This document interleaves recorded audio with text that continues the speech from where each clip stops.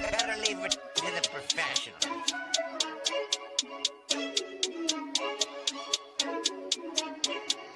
Blessed by Gandhi, blah, blah, blah.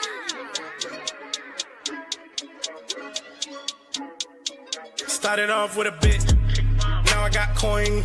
I see where y'all going. Been poppin' since Web 1, hella hoes on Web 2. I was living a dream, now I'm on Web 3. And it is what it seems, topping the pyramid schemes, I'm telling you. I'll sell you a percentage on Nebula. Shout out to Vince, yo, set it up. Surfing on the web and I'm shooting at 3. I've been goated when I got my G. I'm an alien boy from a different planet, yeah. So I got my drink, I'm riding in the 1920s Model T Ford. Call her Era Lord. Call me Levi, playing on the keys, boy. And I'm about to put my gloves on. If I said it, then I meant that. Yeah, I like that one, I'm about to get that. Crash that whip for the drumsticks, whiplash. I'm about to get them all. Are you with that? In a white boat, surrounded by blue. I want one, but I got a cop too. I wanna fly high in the sky, arms out wide, trying to soar from a bird's eye view.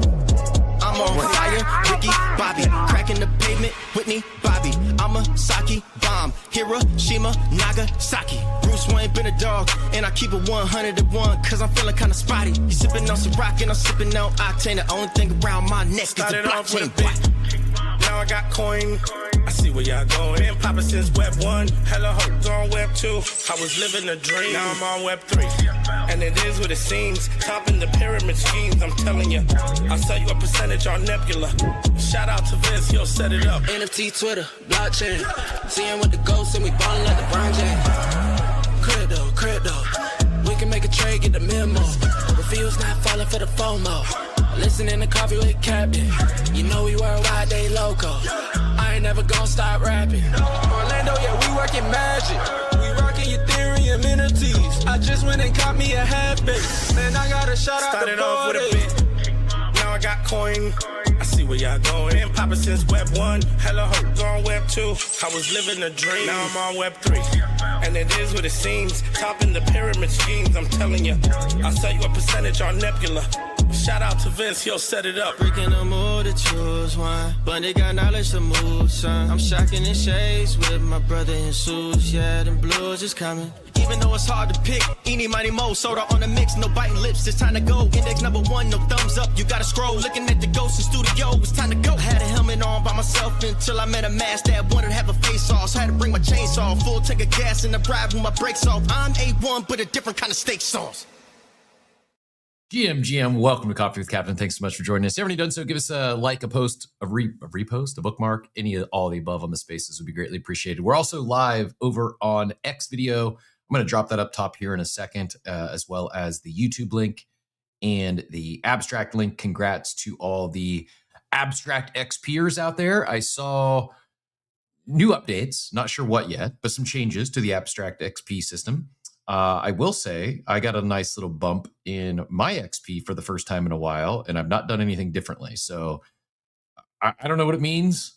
All I've done is streamed over there 5 days a week like normal, and it was let's try to calculate here, about a 30% lift in XP. So I will take it. Again, I'm not sure it means anything because I really don't know what Abstract is doing. I'm not sure how to. I really am not sure how to read. I don't know what's next. I don't know what is coming to Abstract. I still feel pretty strongly they need a flagship DApp or a reason to use it beyond XP. I'm not going to jump right into that. It's too heavy here to kick things off. We'll come back to Abstract in their update and Saigar's post in a bit. But it's still, we got a minute or two left of cold open. And so we're going to spend at least a good half hour talking about the State of the Union address. I'm kidding. It's a joke. We're not going to go there. There's plenty of content on this app and the internet. If you missed it and want to get, takes from that, do that elsewhere. I will talk about a big lacrosse victory last night. My daughter's team played their rivals who knocked them beat them in the playoffs 9-8 last year. The team they played was 3-0 and it smoked all three opponents. They were first in the district. Granted, it's early, but we smoked them last night. Big W, 20-7, and it was for our first district game. So jumped again very early in the season, but jumped to first in the district by beating the rivals. And my daughter scored 2 goals and had an assist. Very proud, another proud dad moment. They continue to stack as she finishes her final season of lacrosse before heading off to school. I will say, while the team is good this year, and I think they're going to surprise some people, they have dropped a couple of games, although very tight losses against very strong teams. One is still undefeated. The other was one of the top teams in the state last year. And so I do think they will surprise some people throughout the year and hopefully make a deep run into playoffs. That said, I think they might be one of the favorites to win state next year. Their team is very young. There's only a few other seniors on the team, herself and one of their strong defensemen. Help me out here. Am I correct? It's girls lacrosse. This is where I need help. I need educated here on proper vernacular. Steve's not on the show to correct my pronunciation or my word choice. Is it proper to call them defensemen when it's girls lacrosse? Is it proper to say they had, at one point last night, they had double yellow cards? 2 different players had yellow cards, and so they had to play down 2 men. I've corrected myself, thinking I should probably say they had to play down 2 players. Is that, like, how bad is that if I refer to them as 2 men? Is that acceptable in sports? Is it, I'm genuinely asking, like, is it, it sounds weird to call them a defense woman. That doesn't sound right. She plays defense. One of her teammates that plays defense is also a senior. So there's basically 2 seniors that are key contributors to the team. The rest are underclassmen. A junior that's committed to Oregon, has a full ride at a D1 college, and then their second and third highest goal scorers are both sophomores.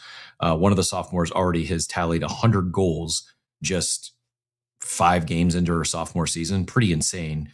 The goalie is also a underclassman. So really young team. And as they continue to develop and get better, I'm optimistic they make a deep run into the playoffs this year. But I'm genuinely asking the question. Please don't cancel me for saying this wrong or even not being aware. But is it proper? Is it improper to refer to as a female player that plays defense as a defenseman? Is it improper to say they were down 2 men when it's, I mean, it sounds bad as I say this out loud, but my natural, like, if I'm just talking normally, I would say, oh, they had 2 yellow cards. They had to play down 2 men. Again, this is deep thoughts with Cap during cold open this morning.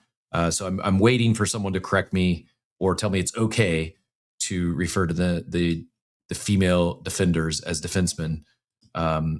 If not, I won't say that again. I am 2026 doing my best to not offend anyone.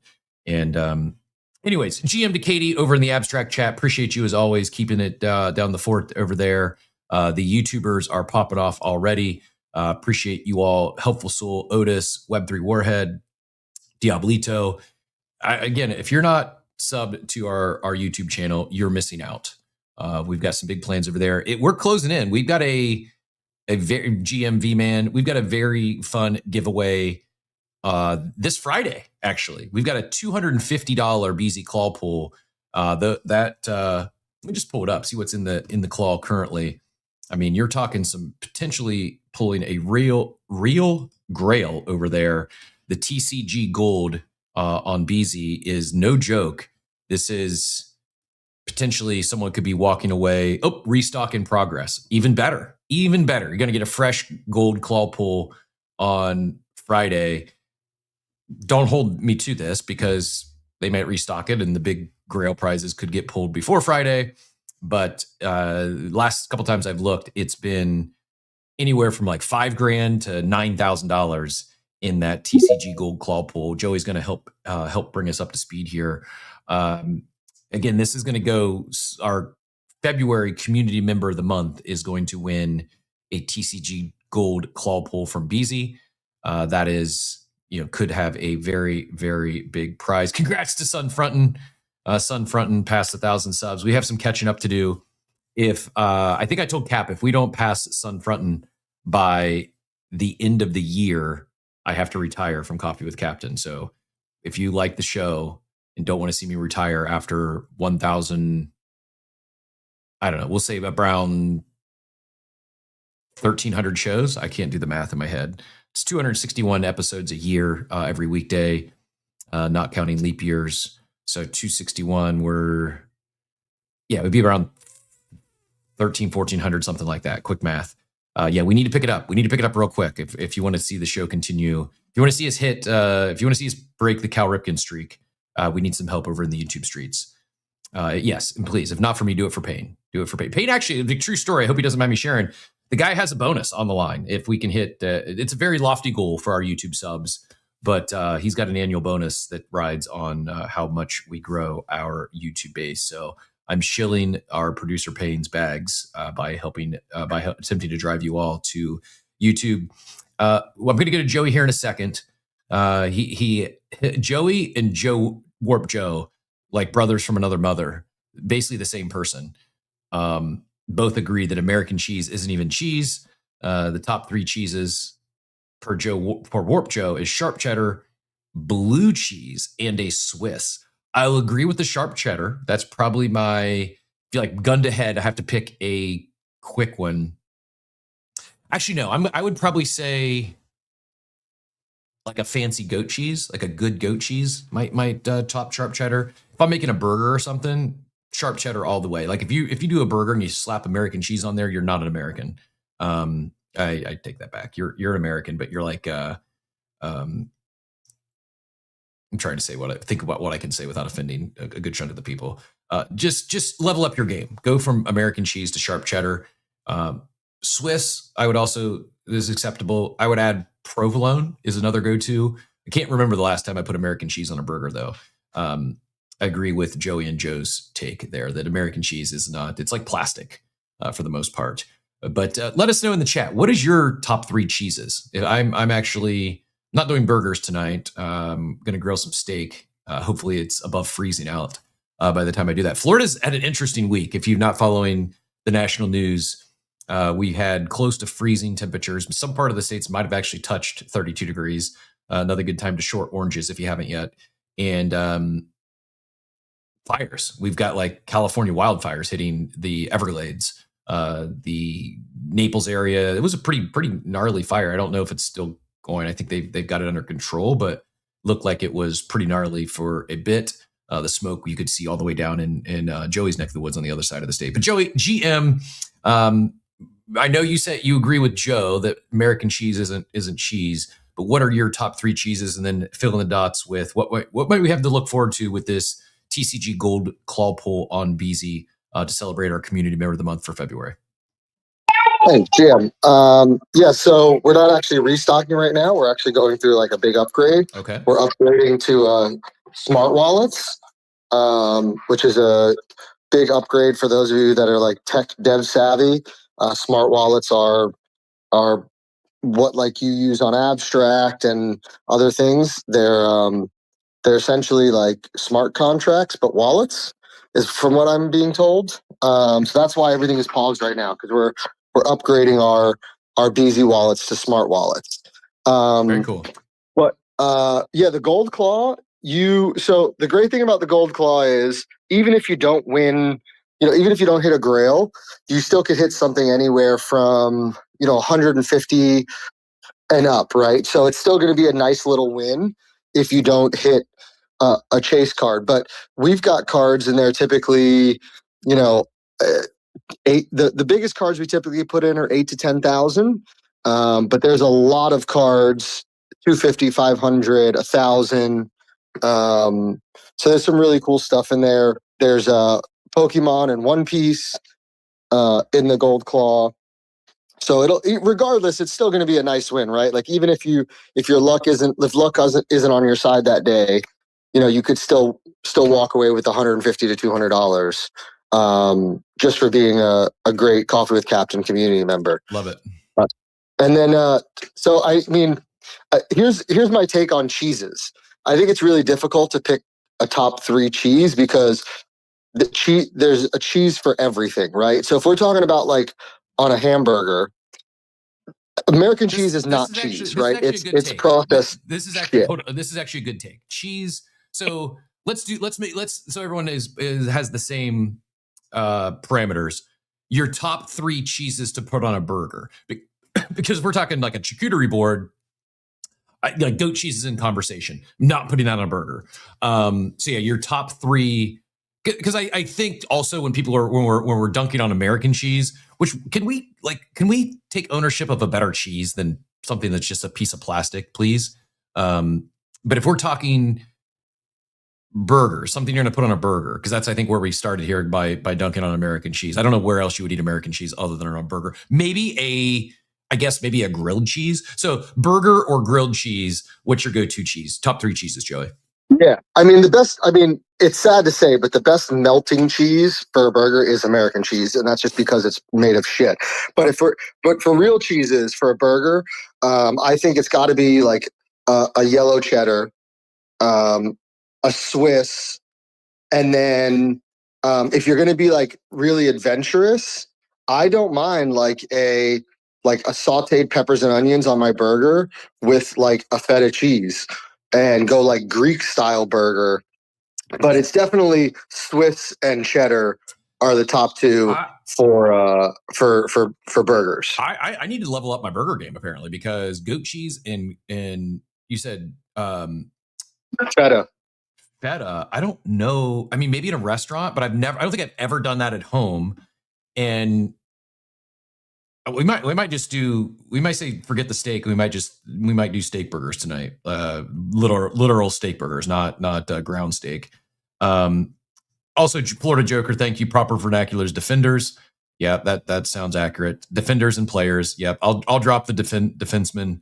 Although Brickadall says defenseman is okay. They did it the whole Olympics coverage talking female hockey. I don't feel bad now. Thank you. Thank you all for correcting me, giving me the proper vernacular, as well as not making me feel like a bad person when my brain said defenseman. At least I caught myself, and I was honest with y'all. Like I caught myself and realized in real time I probably shouldn't be calling the girls lacrosse defense players defensemen. And but thank you for understanding and helping me think through that. Dobbin says Gouda cheese in a burger. Now we're talking. Dwayne can't eat cheese anymore, but top 2 would be I don't know how you say that, Dwayne. Maybe this is why you can't eat cheese anymore. You had too much Gruyere and bracelet. Is that right? Smoked Gouda bacon burger. I'm gonna go Did he put raclette? Probably RACLETTE. Raclette. Yeah, it's French. I say raclette, but I'm sure like the French people out there are gonna say it differently. But I know what cheese he's talking about. I don't know if I've ever had that. Also, door just got open to let Duke in, and I'm sure wondering why the heck I'm going on a rant about cheeses. This is like, oh, Chris is really working. Cheddar buffalo mozzarella on a burger. White cheddar is the same as orange cheddar plus color. Colby Jack smoked Gouda. If we're being fancy, apparently I didn't realize how much I'm missing on not having more Gouda in my life. Gouda on grilled cheese. Diablito says goat cheese. I could do that. This is probably like my. Yeah. Have you ever had a bacon blue burger? Yeah, I'm not a fan of blue cheese. I don't like mold in my food. Not a fan of blue cheese. Not a fan of ranch at all. Like, so when they go, would you like? I go, no ranch. Or they go, you like blue cheese? No, even worse. Just not. So you don't dip your hot wings in anything? Nope. The hot sauce is just enough. In fact, last night on the way back from the game, I stopped. It was late. I don't normally do this. Very rare will I do any sort of fast food. My options were limited, and I didn't want to like stop and eat something nice. So I stopped at a Zaxby's and got like one of their like chicken tender sandwiches, and it was like hot Nashville that comes with ranch. I was like, no ranch, and just did the. Oh, actually, I'm sorry. I did add barbecue sauce. So yeah, I would rather. But yeah, chicken wings. No, I just eat the chicken wings with whatever sauce or dry rub they have on them. Not a. I agree. Mayhem really is my brother from another mother. He says best takes I've heard in a long time. Ranch and blue cheese are horrible. I agree. And not only horrible on wings, like people put that stuff on pizza. Like, what is wrong with you? I don't get it. And if I'm offending someone, good. You should check, have your taste buds checked. Oh no, I mean, I love a good wedge salad. It's really simple, like iceberg lettuce with bacon, tomatoes, blue cheese crumbles, and blue cheese dressing. Like it's like the perfect bite. We got permission to extend the cold open a little bit due to the light news date. There actually is more crypto headlines than I thought. Like probably like half hour before the show, I'm like, man, this is a slow day. Missing some stuff, but there actually is a lot. So quick, 1 hour. We got 1 hour and 40 more minutes to go to talk cheeses. Just be glad we're not. This is we will. Von Front and Raw dogging his wings as well. The sauce is enough. This is like if it's a good wing, if it's good sauce, you don't need ranch. Like you're. It's kind of like people who you get a good steak and you get it well done and then slather the thing with steak sauce. Like I enjoy some steak sauce occasionally too, but a not well cooked, a properly cooked steak with some decency, like you don't need steak sauce. Like you people like, especially if you're dumping a bunch of like ketchup, like what's wrong with you? I'm sorry. I know this is probably more controversial than talking State of the Union. I concur. Ranch is disgusting. Like it's not even a real, like the people that take like ranch seasoning and do things with it, and it's like it's not a real flavor. Like what is even ranch? It's gross. Diablito, we need to see some pics of this charcuterie board from sets of horseshoes. That sounds interesting. All I know, my big takeaway, the alpha today, is I need to expand my cheese selection specifically for burgers. And haven't craved a burger this much for a long time, primarily because I realize I have been not doing proper by just going like, extra sharp provolone. By the way, Parmesan, if you've missed this is a new, this will be and I promise we will get into real crypto stuff like equity for staking. And there's actually a few mints. We talked about Arena Club yesterday, Meebits Football, those night gliders, they absolutely cooked. So congratulations to everyone who got in on that. And but the last comment on cheese before we move forward here, the Parmesan cheese, gotta make sure I'm spelling it right, is like the greatest protein bar on earth. I'm trying to find the post. I've seen it go viral a couple times now. Are you going to spell it? Are you going to spell it the American way, or are you going to spell it the Italian way? It is. I don't know how I spelled it. Probably wrong. I didn't know there was two. I didn't know there was multiple options. Well, in like American version of Parmesan is spelled Parmesan, like Parmesan. And then if you go with like the king of cheeses, which is Parmigiano Reggiano, it's spelled Parmigiano.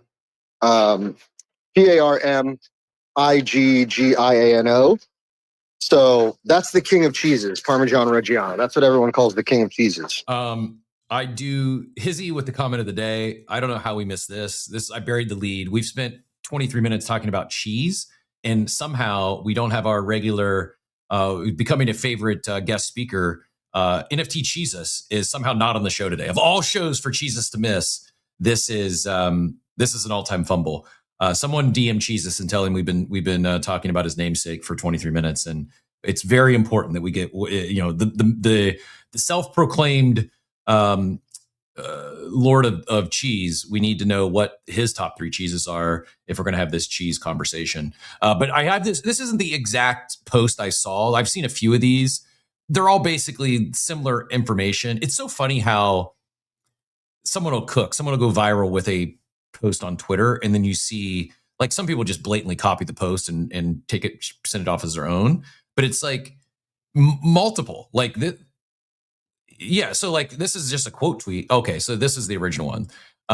Parmesan cheese equals nature's protein bar, the healthiest protein bar with 33 grams of protein, 0 seed oils, and no sugar added. So now I'll slam a protein bar that tastes like dirt, no problem.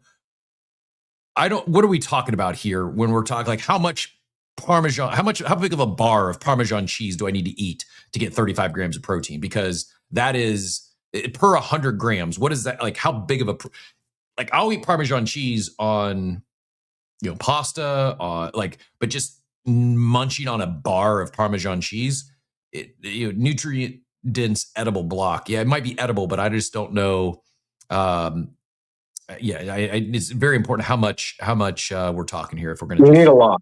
Yeah. You would need a lot. Like 1 ounce of Parmesan Reggiano is 11 grams. So you'd have to eat 3 ounces of cheese, which is a lot of Parmesan cheese because it's a very strong flavor. This is we got some pics from Diablito here, the most interesting man in crypto. Found some pics, have some better pics somewhere, but you get the idea. He talked about making his charcuterie board out of horseshoes. Some silverware holder. Very, very talented man. Maybe born in the wrong generation. Built for like Game of Thrones era. Would have been a blacksmith. If so, probably considers himself a blacksmith today, maybe. A couple other ones here, and then we will get moving on to a little bit of a market update. Markets are cooking, by the way. Eat the 10K. You heard it here first. I'm not capitulating. I may actually buy some ETH today. Might be my trade of the day before things get really crazy. I think we might be back. I do have a couple of high level market takes, and things are cooking. Things are cooking thanks to Jane Street stopping their manipulation, as well as we are at the cycle bottom. We'll come back to that in a minute. Speaking, what if bottled process? No, it's all bad. Can't do any ranch. No fly zone for me. Feta and other tart cheeses on salads with craisins is pretty fly. That does sound pretty good. Osiris.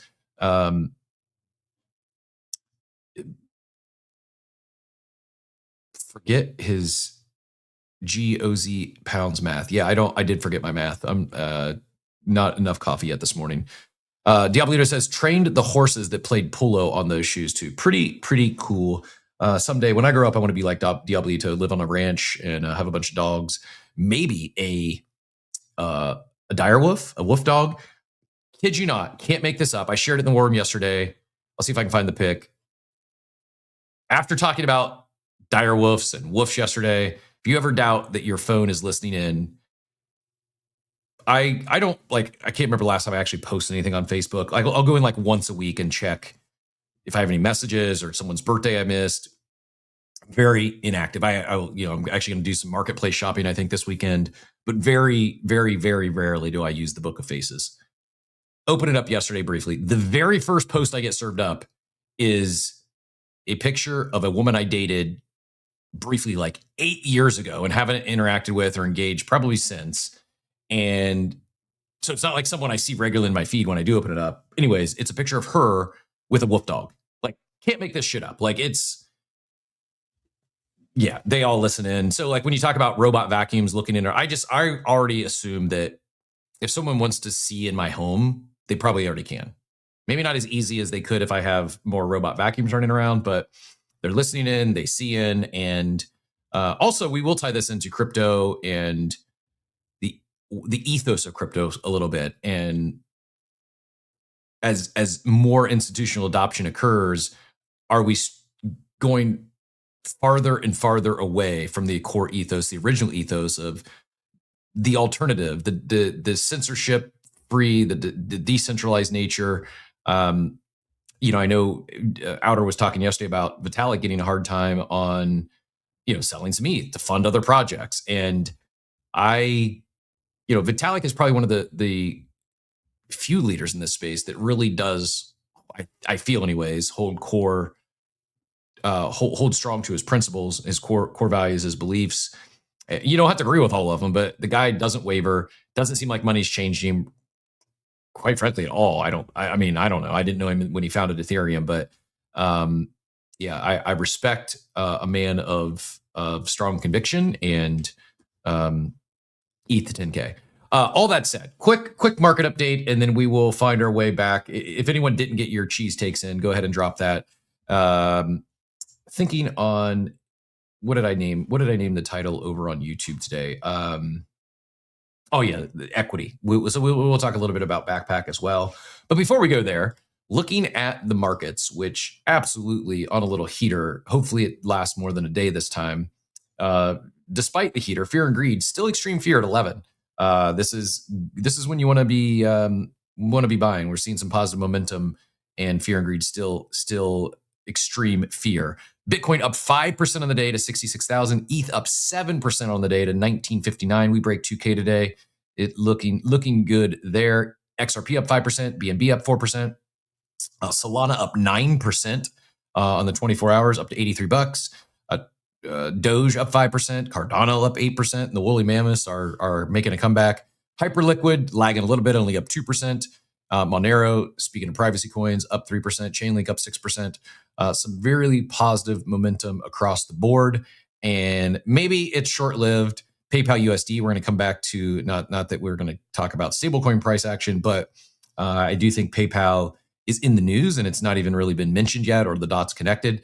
But really exciting to see for a couple fronts. Not only the positive price action, but I do believe that Jane Street and probably others, but I do think, I mean, it's no secret that every morning at market open for seemingly the last several months, especially on Monday mornings, there'd be a massive sell-off.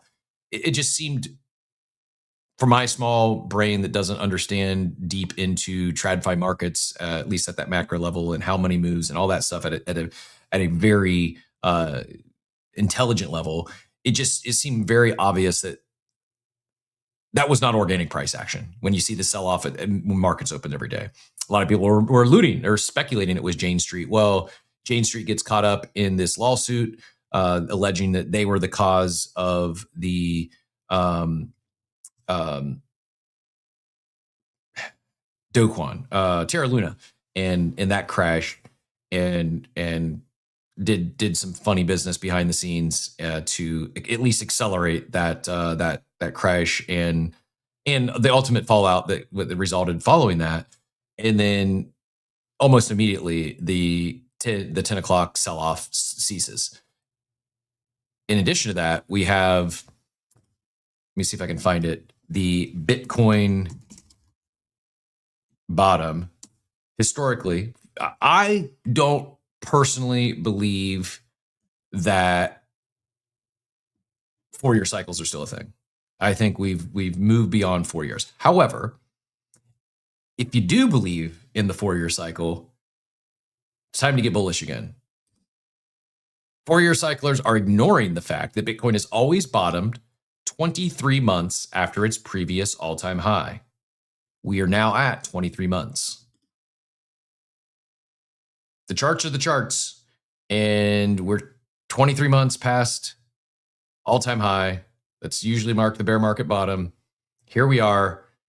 We've got institutional adoption. We've got current bills attempting to be passed that would support the industry. We've got ETFs. There are so many positive tailwinds for not just Bitcoin, but crypto at large. And yet all we've just been dealing with chop and just not good price action. And I don't know, this again, I personally don't think the 4-year cycle, I think we're past that, but this is a pretty compelling data point, especially if you're an optimist like me and want to have something to get excited about. I will pin this up top for anyone who hasn't seen it yet. Go take a look for yourself. But actually, that's going to be the title. Bottom's in. Pack your bags. Bottom is in. Pack your bags. On Coffee with Captain. I truly, not kidding, I'm probably buying some ETH today. Might buy a little bit of Bitcoin. And doing so full well, I mean, I'm not a financial advisor. Please don't follow me for financial advice. Do your own research, all that. I am definitely not your financial advisor. That said, if you're here every day, you believe in this stuff long term, maybe it's not the time. So I'm going to be buying today fully okay if it goes down another 20, 30, 40, 50%. I don't expect that to happen, but I don't want to be paper trading and feeling that something's changing and then just leaving stuff in stables that I would have rather had deployed based on my feelings of where we might be at in the market. Again, I don't know anything. Anyone who knows says they know exactly how this is going to play out. They are either smarter than I or making some stuff up. But I just, between the timing, that 23-month marking the bottom, as I just showed there on screen, combined with all the other just macro favorable stuff. And I think, like, so when I say macro favorable, like macro, geopolitical, world uncertainty index, not good. All that is not good. But everything specific to crypto is good. I'm sorry, I have to show this. I promise this will be the last. This will be the last cheese talk. But I have to show it because it's spot on, and I should have given it more. I should have given it some love. I've been introduced to a whole new world of cheeses recently, and I don't know why I can't find Ape Whale's comment on screen. That's all I want to do is pull this. Oh, here we go. I've been introduced to a whole new world of cheeses, and Latinos have a lot of things that they do well. Cheese is one of them. Dominican frying cheese, queso de fryer. There's also a few others. I need to get the names. I will probably mispronounce them. But from tequeños to even some different arepas, like there's been so many new cheeses I've been introduced to. I'm going to have to ask what's their go-to cheese for burgers, because I don't know. But this one, if you've not tried it, missing out. If you're in Florida, go find you a Super Bravo, and check that out. Again, apologies for the digression back to cheese, but that was an important one to call out if you are in the market for some new cheese. Yeah, Dobbins, Joey can be a real human search engine at times, or he's very quick on the thumbs with going to ChatGPT. One last one. Tribula is a Costa Rica best frying cheese. The world of cheeses is much wider, deeper than I might have ever expected. Here we go. Getting rid of the cheese distraction and back on point to markets. I am going to show the other Bitcoin bit in a minute, as well as my ETH to 10K take. But before we do that, going to move over to NFTs for a bit, because also some exciting stuff there. We've got Frankie Diners here. You see, they've been popping off. That's connected. I don't know exactly, but connected to the Towns team somehow. Meebits Football minting now for some. Devs can mint. Collectors can mint today, starting at 6 a.m. Eastern. So this is live now. I do not have a Meebit yet. But those that do have a Meebit, you can mint one of these football players for 0.16. I like this. I think they're doing some fun stuff. I would much rather have this and kind of gamifying it, bringing it into Otherside, as opposed to just a pure digital collectible, or a digital collectible with the potential to get some token allocation. I like this. Personally, it's just, not knocking the pure vinyls and pure digital collectibles. I would just prefer something like this, where there's something on chain, there's something more to do with it. And then, Grateful. GM, Grateful might even be out there in the audience. Usually, regular here on the show, friend of the show for sure. Also, congratulations, just celebrated this 4-year anniversary of the Grateful Show. One of the greats out there. If you're not yet following Grateful, I don't know what you're doing. But yeah, Meebits Football, they're leaning into World Cup here. They've got some, I don't know exactly the game or what's going to come with it, but you get a digital component. You can redeem it for the physical vinyl. May have to see if we get Sergito on here to talk through it. Only 2,000 of these in total. And again, if you are a holder, you can mint one now for 0.016 ETH. The Meebits ecosystem, that goes up to 0.02 ETH. And then public, if it gets there, that starts at 10:30 Eastern. So Meebit ecosystem at 10 a.m. and then public stage at 10:30 a.m. Today. I mentioned night gliders. And congratulations. We had a few of those. At least a few of the guaranteed spots and some allow list. Our first come, first serve. This minted for 36 ape yesterday. Sold out in, I think I saw 5 minutes, give or take, and ripped up from 36 ape to 680 ape is the floor right now. So if you got in that mint, you had a quick 20x, not too shabby.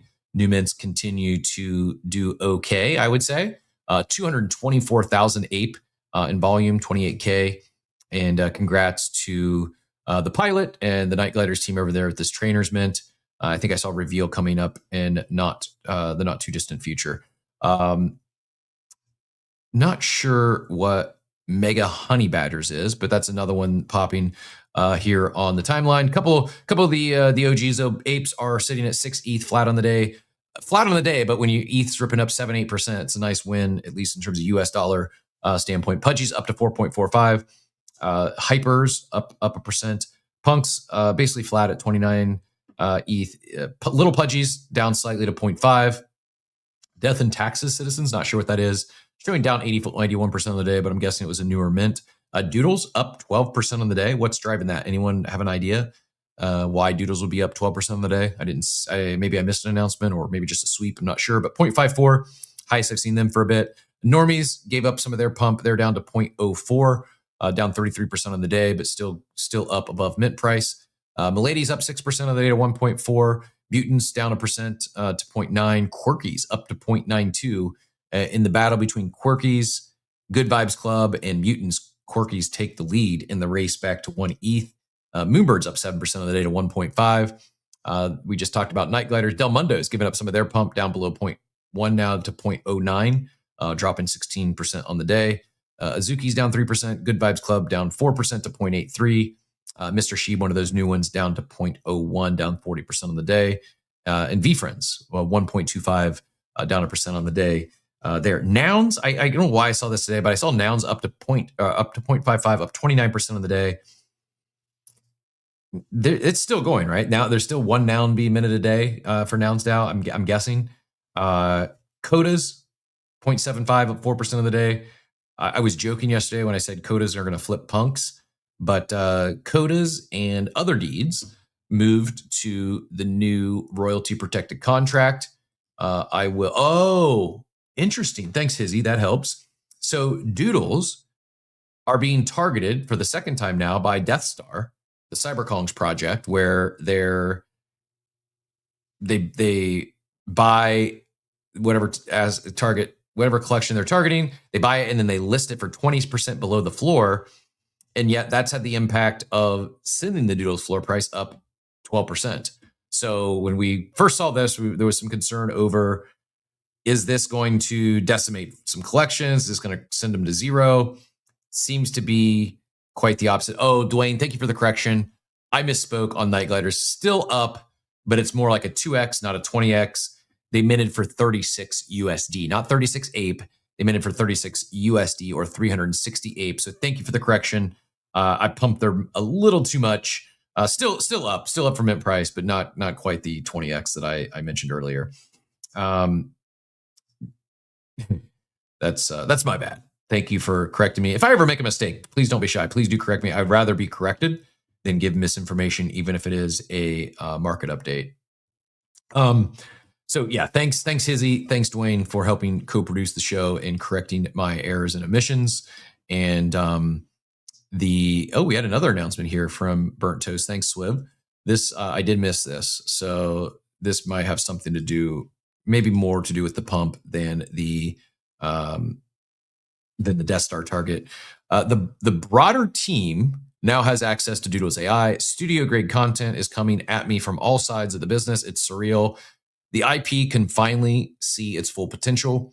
Updates on public release and product details coming soon.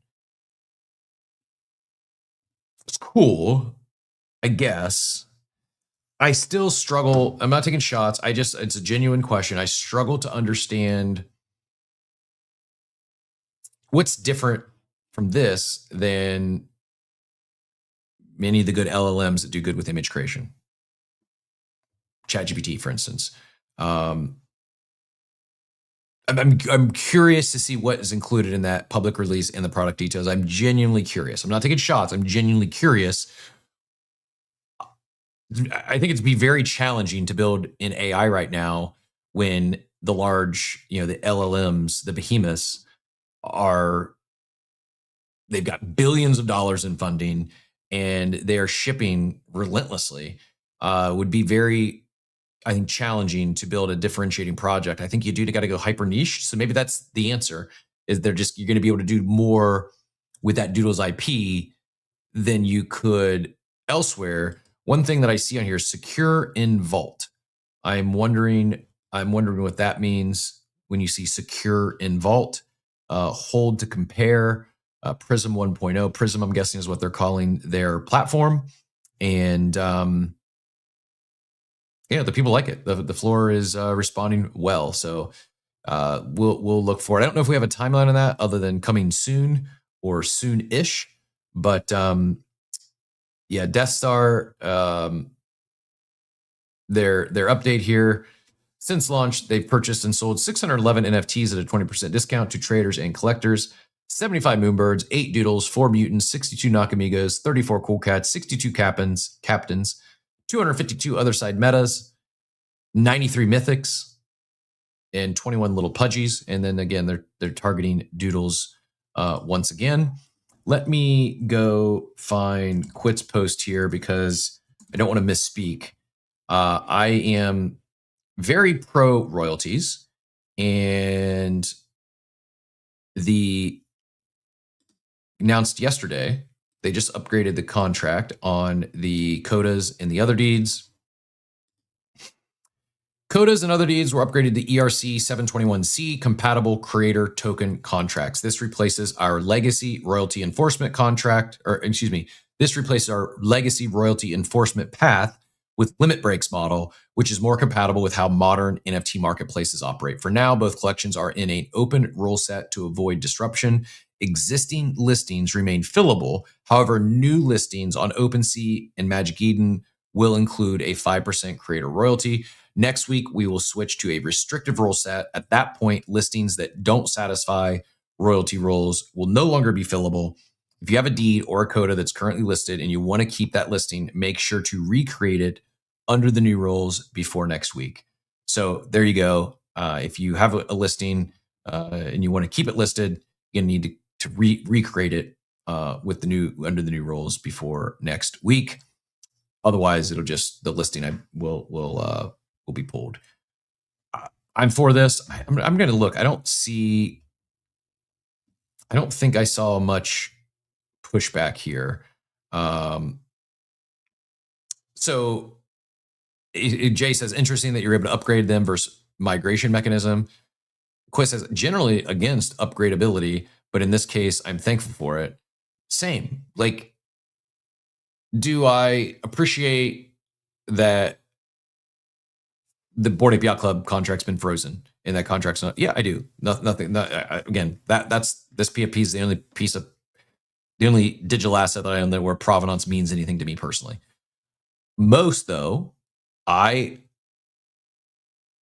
if we're talking serious teams, not some fly by night that's just a new min or new launch.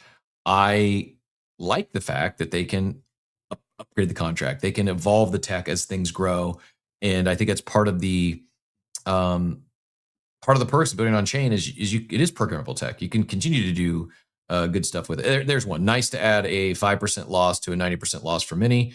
Probably someone who doesn't hold any codas or other deeds. Pydux adds, curious how restrictive rule set will interact with aggregators that bypass marketplace level enforcement. Any mitigation plan there? Aggregators won't work if they're not enforcing. Most people are, again, celebrating this. Doubling down on my take that royalties are bullish for not just the NFT brands, but the collectors, the brand ambassadors, those that actually want to see the project, the brand, those assets sustain long-term and build cool stuff. Most are for royalties for many reasons. Not only is it going to help provide another revenue stream for the brand that's building things, but it also mitigates against farmers for sure. I think also short-term flippers, but definitely mitigates against farmers that aren't going to come in and farm something and end up paying the 5% royalty. It just doesn't make sense. So I think this is a positive move.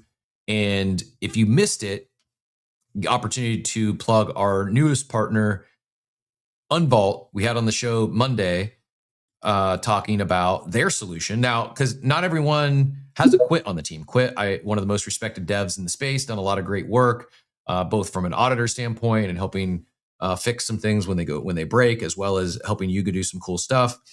Not everyone has a Quit on the team. Not everyone can afford a Quit.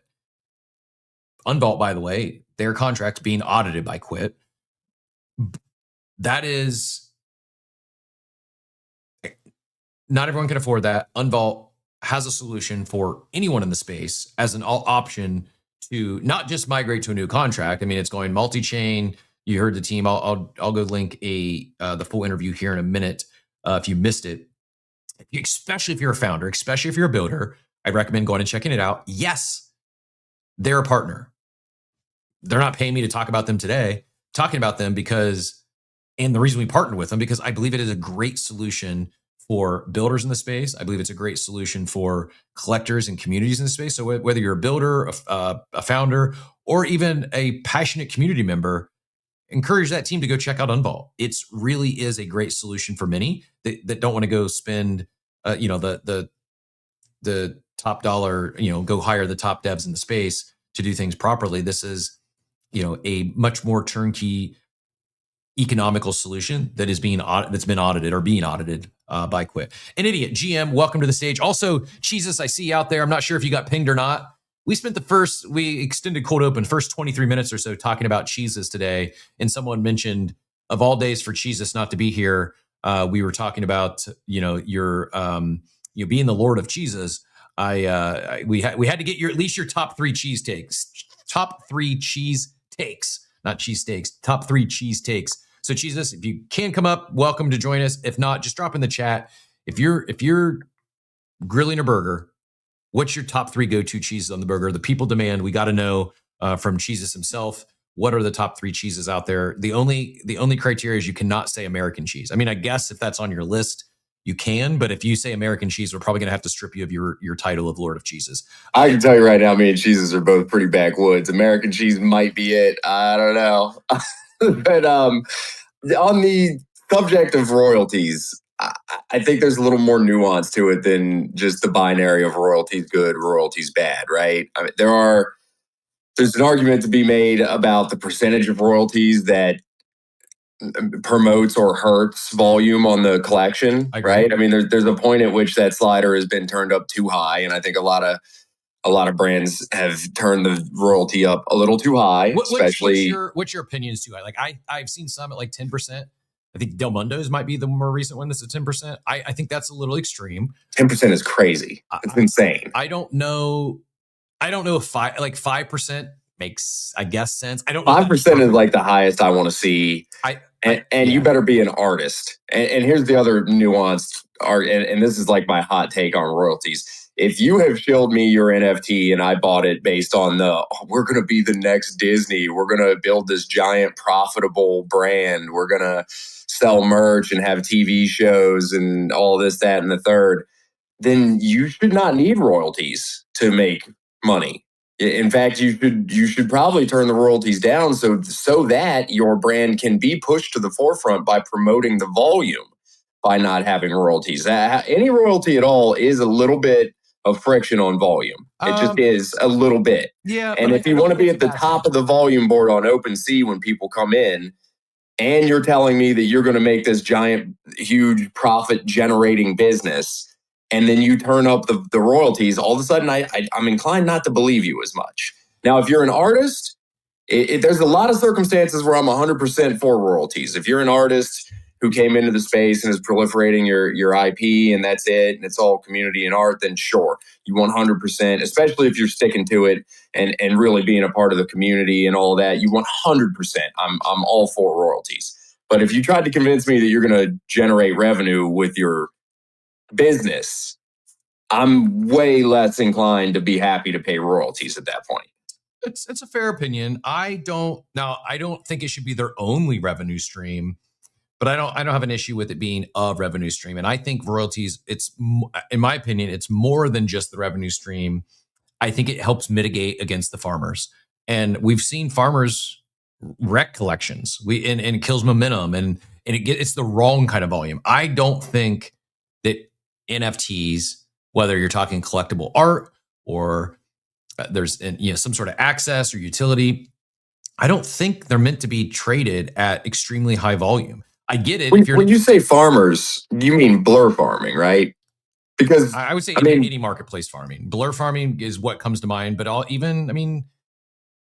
would just say that right farming. now, OpenSea, the easiest way to farm, period. You're paying the same you're paying the same fees regardless of what asset you're trading on OpenSea. It's just easier to just wash trade coins. It just is. There's no, the LP is the LP. The value of the token is the value of the token. There's no difference that you have to worry about between floor and the highest WETH bid. It's just that's just not how people are farming OpenSea right now. And I don't think people are farming Blur anymore. But it was definitely an issue when Blur farming happened. I mean, you're 100% right. Blur farming absolutely decimated floors the whole way across the space. And for the most part, I agree that if they're just talking pure volume, but I'm not even looking at rewards, and I'm going to guess right now there's probably one of the voyages is go buy an NFT that's more north of $5 because DX Terminal, which has been the go-to farm because there's no royalties, is up 44% of the day, and it'll be down 44% tomorrow as soon as the people get done with the voyage. So yes, it's easier to just swap tokens, swap USDT to USDC if you're just farming. And I also agree it's not had near the impact that Blur farming had, but people buying NFTs and then dumping into bids, like it did decimate floors. And I think royalties are a mitigator against that.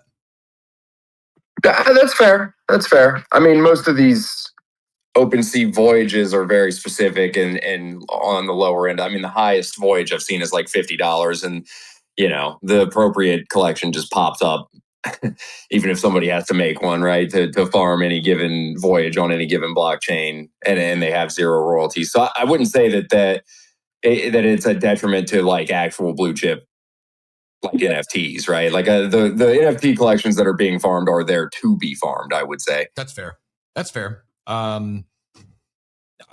I still think that it's a good source of revenue. And while you might say, well, if you want to talk about the Yugas, the Pudgies, even the Moonbirds of the world, they're building businesses. They don't need royalties. I mean, I don't know. I don't know if any of them are profitable right now. Maybe. Actually, I take that back. Moonbirds likely is because small team, and they sold $2 million worth of these vinyls over here. So that probably put them in the black for a while. I think that royalties were part of this space. I think it was part of the momentum.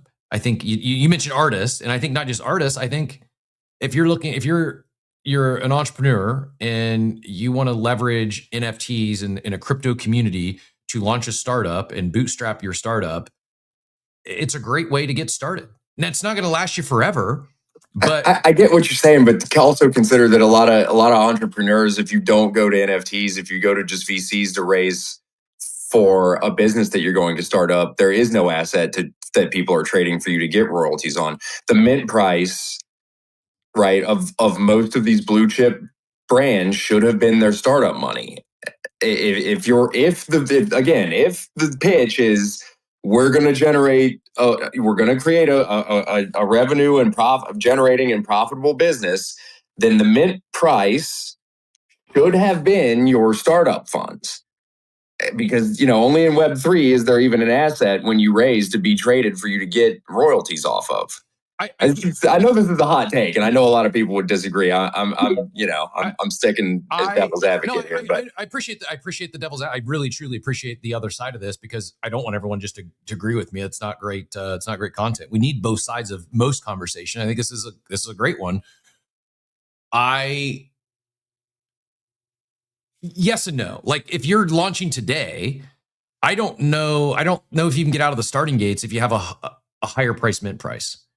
I think about like Good Vibes Club, who minted a year ago at 0.069, high at the time, but even that 0.069 probably not, times 6,000 or 6,900, call it 7,000. That's not much runway.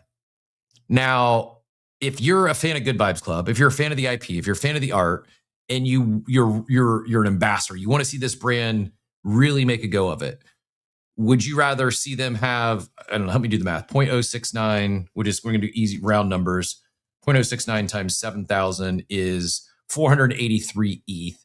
So 483 ETH to USD is 100 grand, 950 grand at today's ETH price. I don't remember what it was when they minted. So million, we'll call it $1 million to round up. Do you think there's a better chance of them with $1 million in startup funds or $3 million? Because that's what they've generated in the past year, not even, is another $2 million in royalties. And I even think today, I think like a 0.069 ETH mint today at a 6,000, 7,000, 10,000 supply collection, I don't know if it mints out. But I do. I agree. No, I 100% agree. And, you know, I am taking the extreme on the you shouldn't have any royalties at all. You should certainly, if you minted with a mint price like that, and you're telling me you're making a business out of it, you should certainly at least have lower royalties. Yep. Because again, there is this, if your royalties are lower, you're removing friction from volume, and you'll end up doing more volume and ultimately maybe even ending up even on what you're generating from royalties, and you'll perform better. I mean, people open up OpenSea for the first time, they come into the space, and the stuff at the top is the stuff that they go and look at the X accounts for and actually do research on, because those are clearly the ones doing volume that have interest. I agree. I do agree. I just like, so like, if you're going to give the other examples, like if you're talking proof that mints Moonbirds at 2.5 ETH or Azuki or CloneX, yeah. If they're selling these things for several $1,000s a pop, if they want to have royalties, it should be like 1 or 2%, not 10. Now, on the flip side, something like Del Mundo's that was near free, I do think 10's extreme. I think I agree with you there. I think 10's extreme, but I'm okay with 5%. I think 5% in my own personal opinion, that's probably about the ceiling. Unless maybe you're like a fine one-of-one artist, then I think 10% is cool. But if you're talking a collection, of any of depends on the collection size too, right? Yes. Like if you're a fine art thing and it's a smaller size collection, then sure, crank them up some. Yep. I'm fine with that. Agreed. Yeah. Agreed. Let's do this. I saw Vanglorious fly up through the hand up here, and we also had Hands W, one of our favorite over there in the abstract chat, always dropping the alpha and bringing the big tips. Greatly appreciate you. And Cheeses has joined us. We've got to get the Lord of Cheeses take on the top 3 cheeses. That'll be our last digression on cheese, but we'd be remiss if we spent 23 minutes talking about cheese and plus some and didn't come back to Cheeses himself. Vanglorious, GM, appreciate you jumping up. What's your thoughts on this royalty conversation? I'm guessing that's what brought you up. Yeah, you know what? Royalties are an interesting one. I think I completely agree we need royalties back. And it's honestly about stakeholder alignment. There's so many parties that were part of these projects on the onset that, including myself, that were part of royalty deals. And it's a trickle of revenue that keeps you committed. And that little bit of revenue is like a driving force. Yep. And I really liked what Blur did in some ways. They killed everybody. I got that. Pissed everybody off. But they also came back and put on 0.5% royalties, kind of as a default in their UX and UI. And I didn't know this. That they had a lot of volume. Like Doodles got $300,000 in fucking royalties just from that 0.5%, and they didn't even have it on for fucking the 2 years. I did not know that. I did not know they came back and put a 5% royalty on. By you're saying like, sorry, 0.5%. 0.5%. Oh, okay. But it was hidden in the UX. It was kind of like, hey, if I'm too lazy to turn off the royalties, it defaults you to give them 0.5%. That was kind of the concept. But the problem was you had to opt in as a collection to Blur. You had to verify you were the owner, and a lot of collections didn't do it. Interesting. I shared a different, but I shared an example recently where I went to sell an oddity from the Moonbirds collection, was planning on paying a royalty and couldn't. Like, it was grayed out, like wouldn't even allow, and this was on OpenSea. It just simply could not, there was no option to pay a royalty. And I think that's a miss. Like, I'm gladly willing to give some money back to the collection and support the greater cause. And I was prohibited from doing so. But I think the optionality is good. I don't. I'm trying to choose my words carefully here. Like, I don't think. At the end of the day, they're building businesses. If they want to force royalties, they can force royalties. I think most should move to, or at least give the option. Like, again, I think Unvault's a good example here where, we lost Hans. Hans, if you want to rejoin us, if it booted you, sometimes X has been kind of challenging this week, both from discoverability as well as getting people up and keeping people on stage. So if we lost you there, just do a quick lap, come back, and we'll try again. But I like the concept of you can keep for the existing collections, you can keep your current asset. You don't have to do anything. If you want to participate in this next thing we're doing, put it in the vault, unvault it on a new chain or on the original chain, and that one is going to have royalties enforced. That I think is the good middle ground where, yeah, if you don't want to participate in what the brand is doing, you don't have to. Go sell your asset just as is, and don't ever put it in the vault. Or if you want to participate for a while, put it in the vault, do the thing, and then you can always unvault it. You can always go back. I think that is the solution that they've come up with. Yes, it's a partner. They're not. We have one segment a week. We had an interview, and we got one segment a week. But again, the reason we partnered with them is I love what they're doing. I think it's a great solution for many teams in the space, and I think whereas we can also talk about the Pudgies and the Yugas and the Doodles that either raised tens or hundreds of millions of dollars, or they've had huge mints and they've got a massive war chest, or that's not everyone, very few. And part of what got me so excited about NFTs was it was another path for an entrepreneur to bootstrap a business. That, I mean, if you've ever raised funds, it's not easy. And you're going to get told no a lot of times. And you're most likely giving up some equity in doing so. This was a path where, to me, we talk about like how on-chain loyalty rewards should be better than Web 2 loyalty rewards, and hasn't fully played out. But I do have, I kid you not, I popped by my storage unit yesterday, and I have a few copies of the Everything token left. That will be my, we'll do that. And in addition to the OpenClaw, I'll send off a copy of the Everything token to our community member of the month on Friday. But back to, I lost my train of thought. Blame Steve. The Vanglorious is going to save me. Vanglorious GM, go ahead and get back in here. Okay, well, I completely agree with you, Captain. And I like what Uncrate's doing. Man, I'm gonna reiterate my point again. Like, imagine like $10 going through in royalties and going through a splitter contract to 4 parties. One of the big cuts is the artist, of course, but then there's like devs involved, and that trickle of money is like, it's fun. It's fun to see. It's on chain. I think that's so important. Yep. I'll give you another weird one. I completely agree with what you said earlier, which was people who are active in the community should get more rewards. Yep. And I was shocked what Bitmap punks did. They bridged off of Ethereum and went to Solana, but their bridge was only open for a week. So if you were paying attention, you bridged and you got all the rewards in the new community. And if you weren't paying attention, you were on the other side of the bridge, and it's still not open. It's been closed for a year. I can go either way on that one. I hate if I'm not paying attention. I'm on vacation for a week and I miss something like that, and then I feel slighted. Then I'm out.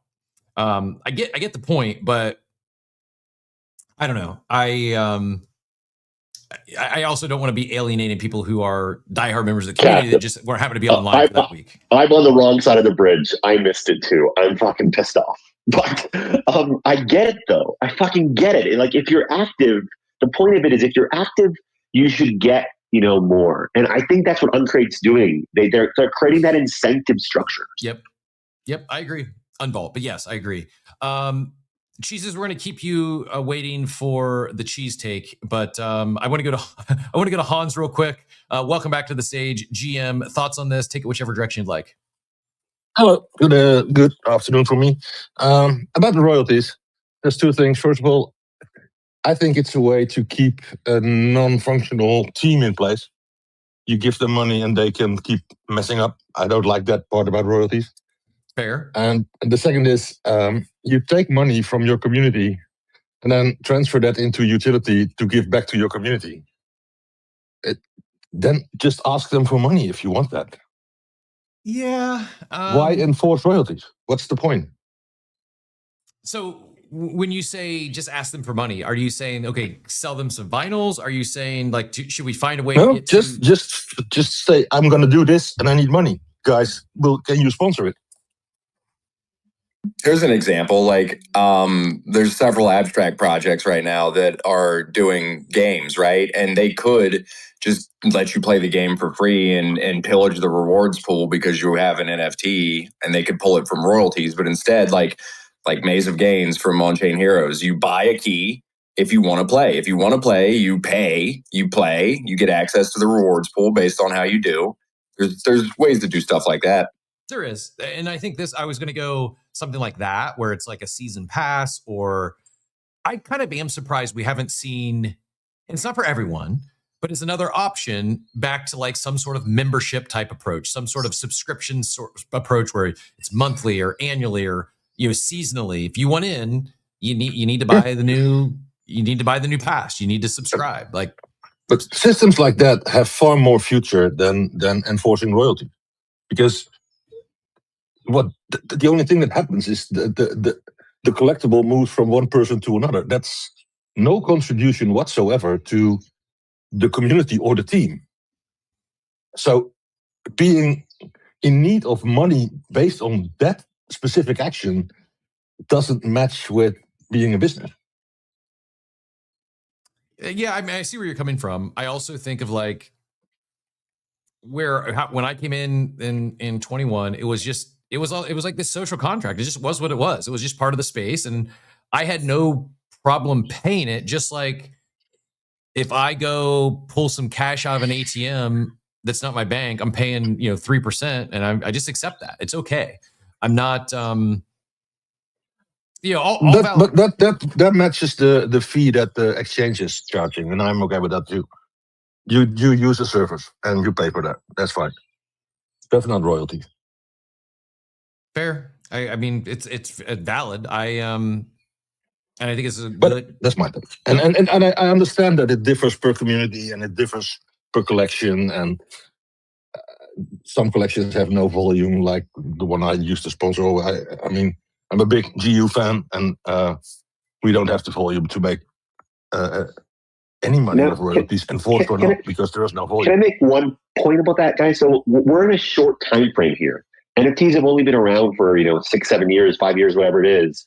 Look at Pokemon cards. If you had royalties, for 20 years, or you look at art where it's been around for 50 years, if there's enforced royalties, even if the community's dead, there should still be royalties.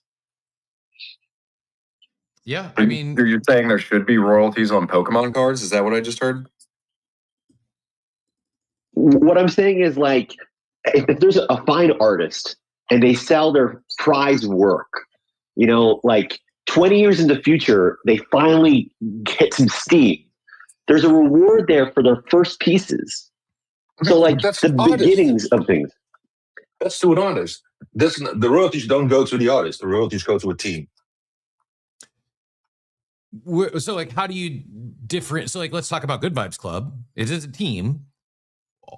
Part of the team is a very talented artist, and I think it's good art. So, where do you draw the line? Is it a collection, size of collection?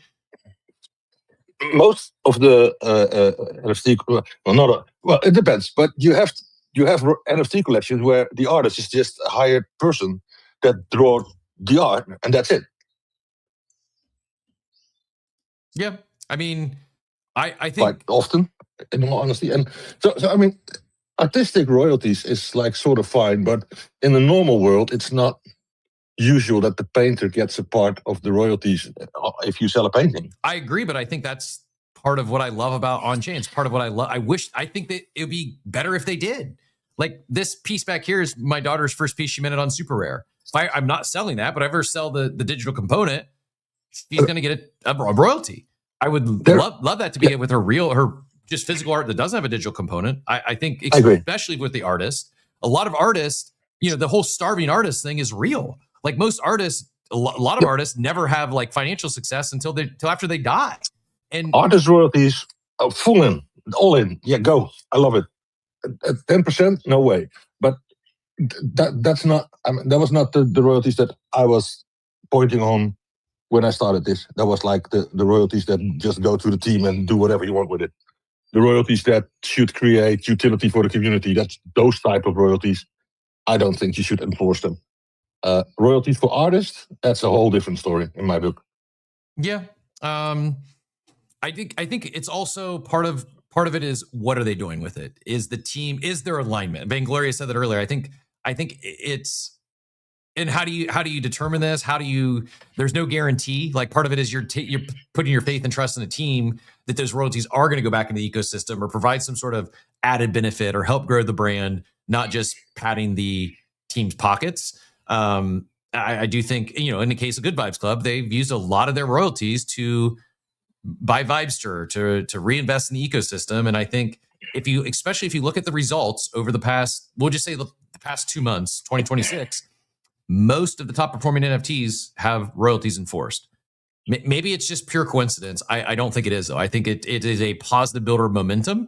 And for the pro royalty fans, the reasons we mentioned of, it's going to attract more people who are aligned long term, because they're not just looking for a short-term flip. They're not looking to farm something. And if you're looking to farm something, or you're looking even a short-term flip, 5% on the buy side, 5% on the sell side, that adds up quickly. Go ahead and get back in here, Hans, and then we will welcome Jesus to the stage. Yeah. No, I just we can agree to disagree, and it sort of depends on what the goal of the royalties is. Yeah, in my book. But no, I do agree with that. And I really do appreciate you joining us. Both you and an idiot bring in the alternate take. It is great it's much more enjoyable conversation. And I'm sure for the listeners as well, to hear two sides of something. We haven't said it for a while. Steve coined the phrase, we pride ourselves here on Coffee being able to agree, or excuse me, being able to disagree without being disagreeable. And great to hear you. I do appreciate all the support in the chats, and love, grateful you came up and joined us today. That said, without further ado, Jesus, I have a couple things. I saw your link of the OpenSea wallet analyzer. Yeah, and that one's looks like Ice Weasel hasn't updated that one in a while. I used to use it quite a bit, but you can go there and get a general sense of like what your wallets have done. Now this is just apparently for OpenSea, but I mean, when I look back at the royalties I paid based on this, $52,000. It's a fucking salary for some people. Oh, that's just your personal wallet that you share. Yeah. Out of I don't know which one I shared, but yeah, I mean you can look at that. I don't care. Jesus.eth, but yeah, and that's out of about $750,000 in volume. And so, but you can go in there and just put your wallet in at the top and see where you're at and actually see what you've given back to the brands you've invested in the things you've traded. And you really don't pay attention to it, the royalties. So then when you look back and you're like, well, fuck, I've been in this brand for this long. What have they done with that money?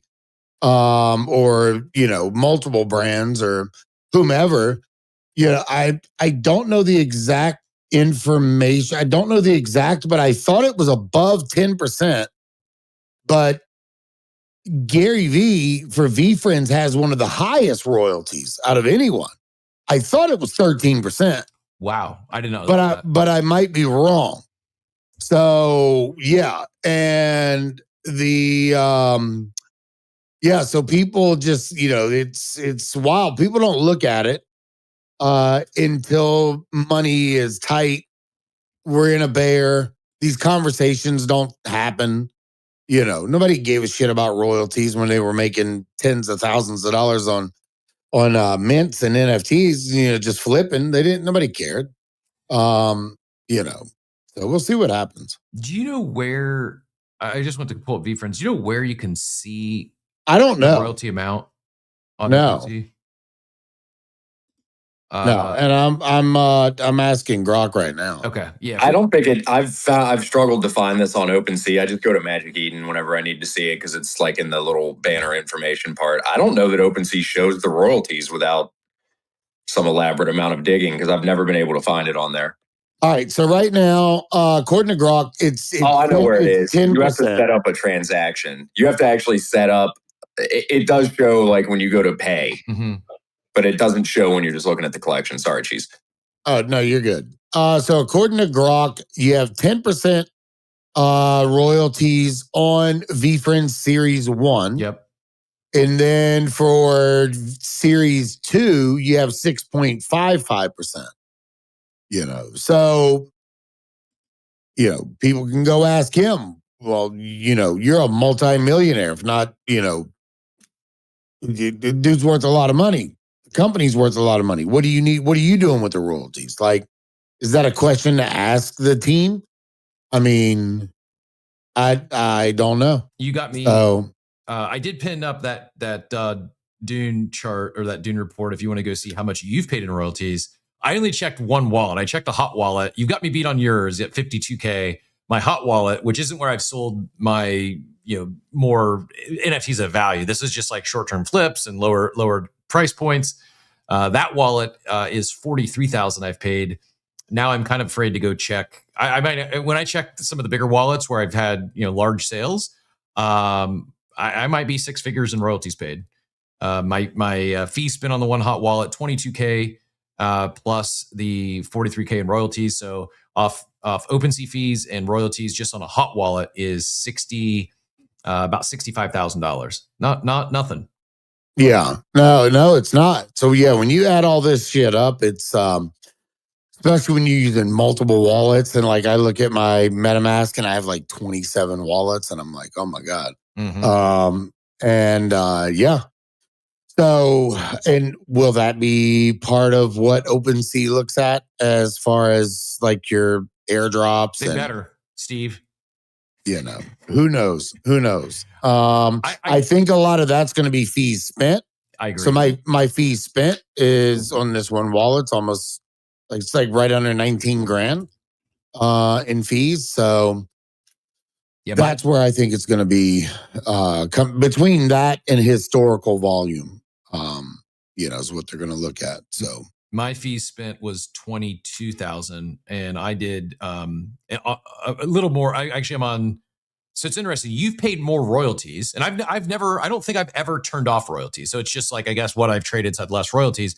You've paid about $10,000 more royalties on about 100,000 less in volume. My total volume's 890 off that hot wallet. I think I might have to do some wash trading just to hit $1 million of trading on the hot wallet before they go to the sea airdrop. I'm not even kidding. Or you better tighten up. You don't have but like 30 some odd days left. Maybe so. If we actually get it on there. So before we continue on, there are a few other things I want to talk about. Really, that's a great report. Thanks for sharing that. That's pinned up top. If you want to go see what you've paid in fees or royalties, go check out that Dune OpenSea wallet analyzer from Iceweasel. Appreciate you sharing that. The thing that the people are demanding though, Jesus, is how did this conversation even get brought up? How did we get on the cheese conversation? I don't know, but all I know is the War Room has talked about cheese for the last hour and a half. I was looking to try to keep up on the chat, and the chat just continued to talk about cheeses, and they're dropping cheese links and burgers, and I don't remember how the cold open topic became cheese, but I'm gonna disappoint a lot of people. I heard Kyle's take on it, and no, American cheese is not like my favorite cheese, because probably the most used cheese in my house, which I should just get a big giant wheel of, is any type of like Parmesan cheese. Okay. Because we eat so much like Italian or pasta dishes. Like real Parmesan shredded, or are we talking the powdery fake stuff that never goes bad? Bro, I live in fucking BFE, Tennessee. So there's no cheese shops. So anything I get, I have to get at the store, and I usually grade it. So it's usually, wedges of some type of Reggiano cheese, but that's kind of like the go-to here. But I mean, when you have kids, the easiest thing is Kraft American cheese. You're making grilled cheese, you're doing all kinds of shit, but I'll still sprinkle some of that on there. But Breeze and like I love all kinds of cheese except blue cheese. It's fucking blue cheese is disgusting. 100% agreed there. We are absolutely aligned on the blue cheese is maybe the worst type of cheese. Although I'm to blame here. I was crowdsourcing a cold open topic, and we were talking basically how to improve. If you were to become president, how would you improve the country? And Warp Joe answered mandatory math and critical thinking classes and a ban on American cheese. So that's where this thing started. And then I asked, I go, your top 3 cheeses, quick, need cold open material. And that one question, your top 3 cheeses, Joe, turned into, here we are 90 minutes later, still talking about cheeses. Yeah. The plasticky fuck it. Cause like a lot of this just manufactured fast cheese has they say that has plastics in it and all kinds of crap. And I try and buy, but cheese isn't cheap, bro. And you can spend some money on that stuff. I remember, I don't know, it was probably about 4 years ago. We were in Texas, south of Austin, and there was it was like a wine and whiskey tasting thing we went on, but it was like $350 a person, and we had some of the most wild fucking cheese I've ever had. And half the names I can't remember, but yeah, I would be that much bigger if I was around a lot of cheese. So I would go on a cheese tour. They have food tours. I would do a cheese tour. This is who's building the next great on-chain cheese company. This is what this is we're going to bring it all back to crypto. I've never been to Europe, so I would love to go to an event. Maybe like in Lisbon or one of these big events that go on overseas. And then it's been like half the day going around fucking just eating and fucking checking out all the local food and finding local cheeses that are made just like right there. I think that'd be pretty fun. You all might think I'm kidding, but we need to be tokenizing cheese. Cheese is one of those things that's like, is it authentic? Is it real Parmesan? Is it the fake kind? Like, I think there's a valid reason behind why cheese could and should be tokenized. These are the kind of RWAs we need in our life. There you go. But yeah, sorry to disappoint if somebody thought I was going to come. And if you heard the real story of why my name is Jesus anyways, you would throw the fuck up. We don't want to get into that. Yeah. This is a family-friendly space. Exactly. You would lose your shit. One day when we meet, Cap, I'll tell you the story. Now I am really curious. Now this is... You're not. Trust me, it's not. It's a wild story, but we're not going to go there. All right. Well, that is a professional cliffhanger, ladies and gentlemen. That is how it's done. Tune in. We're going to have a special interview with Jesus someday, solely to talk about the name behind the cheese. So when BZ, I'm gonna leave you thinking on that shit forever now. We're gonna do a BZ claw pull for the TCG Gold card on Friday for our community member of the month. Next month we might do the BZ cheese claw. That is, I'm gonna send that to Andrea and team. Joey, pass it along. We need we need cheese in the BZ claw pull. In all seriousness, speaking of big things being tokenized, Coinbase had a couple of big announcements yesterday. One was 24/5 stock trading. Coinbase opened stock trading to everyone in the US and partnered with Yahoo Finance. I think this was 24/7 stock trading, a big deal. Yes. More and more into TradFi and again, doing something that Wall Street, TradFi hasn't been able to do yet. I think it's inevitable. I think at this point, I think the stocks, ETFs, all that will be 24/5, probably eventually 24/7. But I think as big as the announcement of 24/5 goes was this Yahoo Finance partnership. Let me see if I can find a good screen grab of that, because I think this actually could be big for onboarding. I'm looking for a screenshot. I know I saw it, but basically the if I can't find it, it's when you go to Yahoo Finance and search for a ticker, now you can trade, you can buy said ticker right from Yahoo Finance. I don't think it's live yet. Otherwise, I just go there. Let me, can't believe I can't find this ticker. Let's say NVIDIA.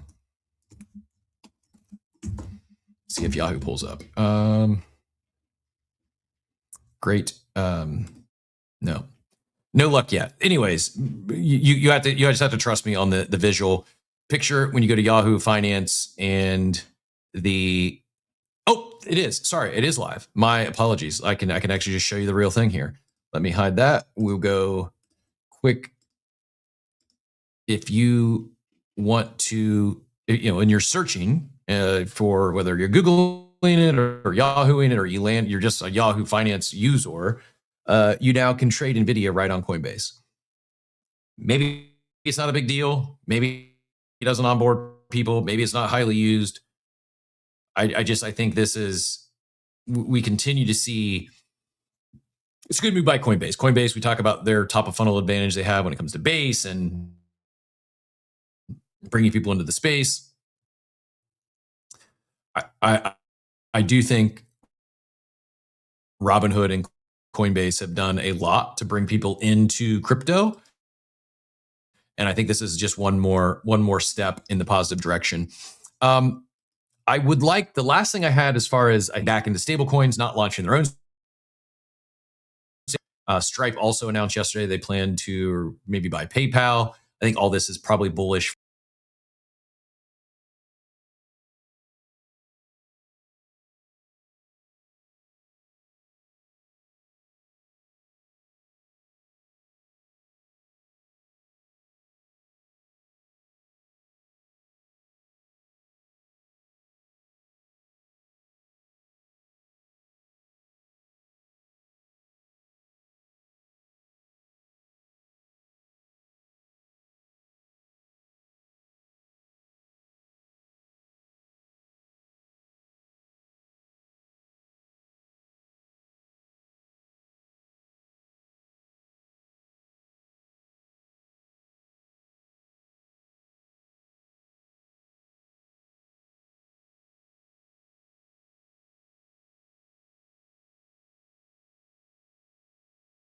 Be back. Yeah, we got you here. StreamYard now. So video should be back. Apologies. Hopefully that wasn't too long of a drop. I have no idea what happened, but we should be back now.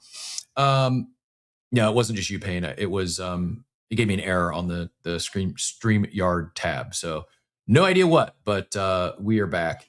The other remaining topic though, I did want to have a little discussion around is this news from the Backpack team, project from the Mad Lads team and Backpack Exchange. Major news out of Backpack Exchange. They're planning to launch an equity token. Their plan is to offer 20% of the company's equity to those who stake the upcoming token for at least 1 year. This will be the first instance of token equity in crypto if they pull it off. This is Tyler did it with the post here. Here is the press release, or at least the headline. Signaled its yet to be released token will allow people to earn equity in the exchange, potentially turning users into owners. Yes, Rec did this with if you were holding a Rec Guy NFT, you got some equity. The Plague did this with their frogs. Goblin Town did this with what they're building. This is the first one, though, I think, with I shouldn't say that. Rec Brands very obviously building Rec drinks and having a lot of success with that. I'm a fan of it. I'm a fan of it, though, with limited expectations. I'm not expecting to make money off my shares that I hold in Rec Brands, at least anytime in the near future. But it signals and drives more alignment. Like, I'm along for the ride. If Rec Drinks ends up becoming the next Red Bull and they sell for $1 billion, I might get a few extra bucks for holding that equity. Most of the time, that's the only time this equity stake is going to mean anything material anyways, is if they IPO or they have a massive exit. Or I guess potentially they could do some sort of profit sharing, some sort of revenue sharing.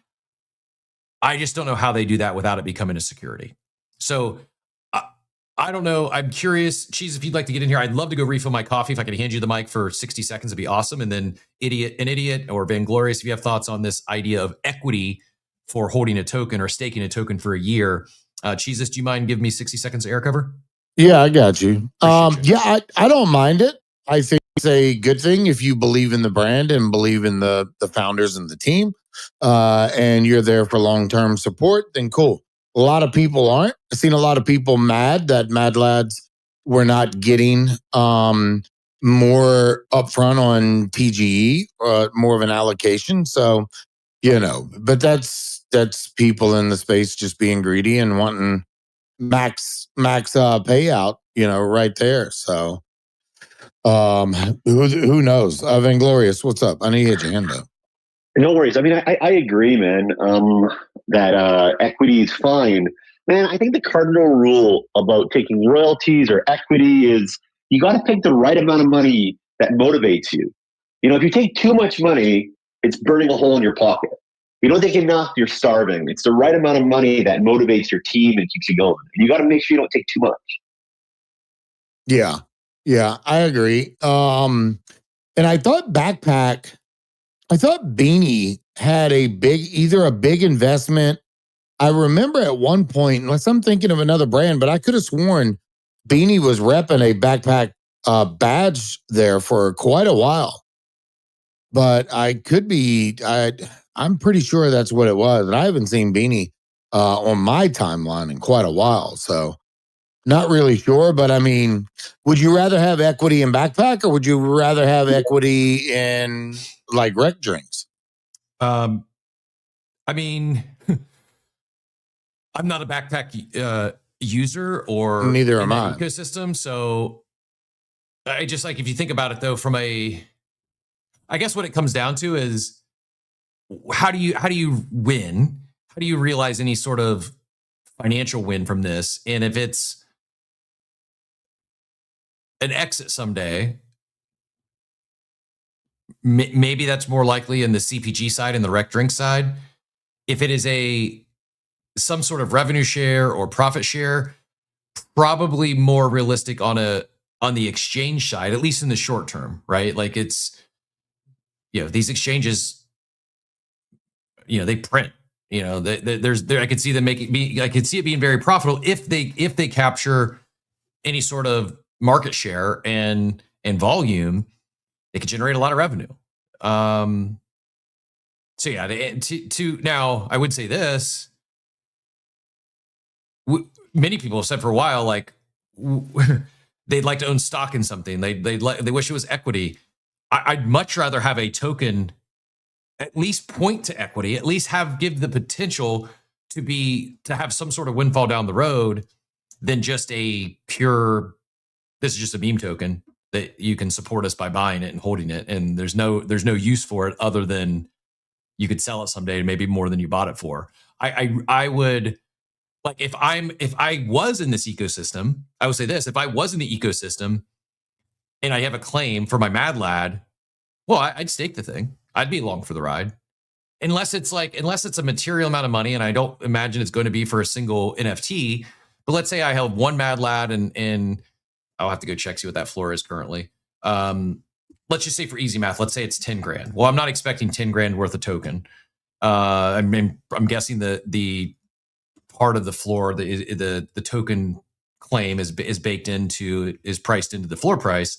So if I get, let's say, if I'm holding an NFT that's worth, I'm using round numbers, I will actually go find the actual floor price and give you a better. Now I got to do math though. The current floor price on Mad Lads is 18 Solana. So 18 Sol to USD is $1,500. I'm staking it. I wouldn't even. That's dirt cheap. About it. I'm not, because if I get the full $1,500, if I get 1-to-1 and there's no value in the NFT, it's just purely that's the token value, the price baked into it. I would stake it and swing for the fences on maybe they have a big exit, maybe there's some profit share. So I think it's a good move by the team because now you're giving all those holders. And in fact, I've not been in the market for Mad Lad. I might consider it now. Do I want to roll the dice on $1,500, potentially being worth more than $1,500 down the road if they ever sell or there's some sort of profit sharing? I'd love to know more. And I don't know how, at least in the US, I don't know how they could do a profit share. And in fact, I don't know how they're doing this, because my understanding, at least all the ones that did it before, unless they've already taken a snapshot, that would be how they could do it. Like, but my understanding is all the ones that have done it before, it was like a surprise. It was a gift. It was not marketed. It wasn't advertised. Rec never came out and said, hey, go buy a Rec Guy NFT because we're going to take a snapshot on March 1st and everybody who's holding is going to get equity in our company. Yeah, and the equity is not even transferable with Rec. Yep. It was there for those holders at that time. If you sell your NFT, you lose your equity. Yep. So yeah, I don't know how they're doing this, unless the snapshot's already been taken. But I'm for the experimentation. I'm for tokens being something more than just another way to speculate on number go up. I saw Ilan jumped up. Ilan, GM, welcome to the stage. Always a pleasure. Thoughts on this? Yeah, Jim, thanks for having me up, dude. Yeah, I had a quick thought on it. Obviously, like, this is what, in my opinion, was sort of the implied promise at the very early stages of building these communities of what are, essentially your super fans. I mean, we all saw, how to activate your first order network effects in order to have that, that first layer, of the stack of a sticky product.